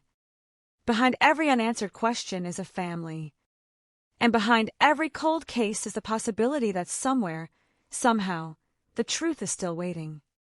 The world has changed dramatically since Ted Bundy's crimes. The technology has changed. The investigation methods have changed. The way information moves has changed. But one thing has not changed. A disappearance leaves a hole. A murder leaves a family wounded. And an unanswered question can survive for generations. That is why investigators keep looking. That is why old evidence is preserved. That is why names remain in databases. And that is why, decades after Ted Bundy's death, the lessons of his crimes still matter. Not because the killer deserves another chapter, but because the victims deserve the final word. And the final word, whenever possible, should be the truth.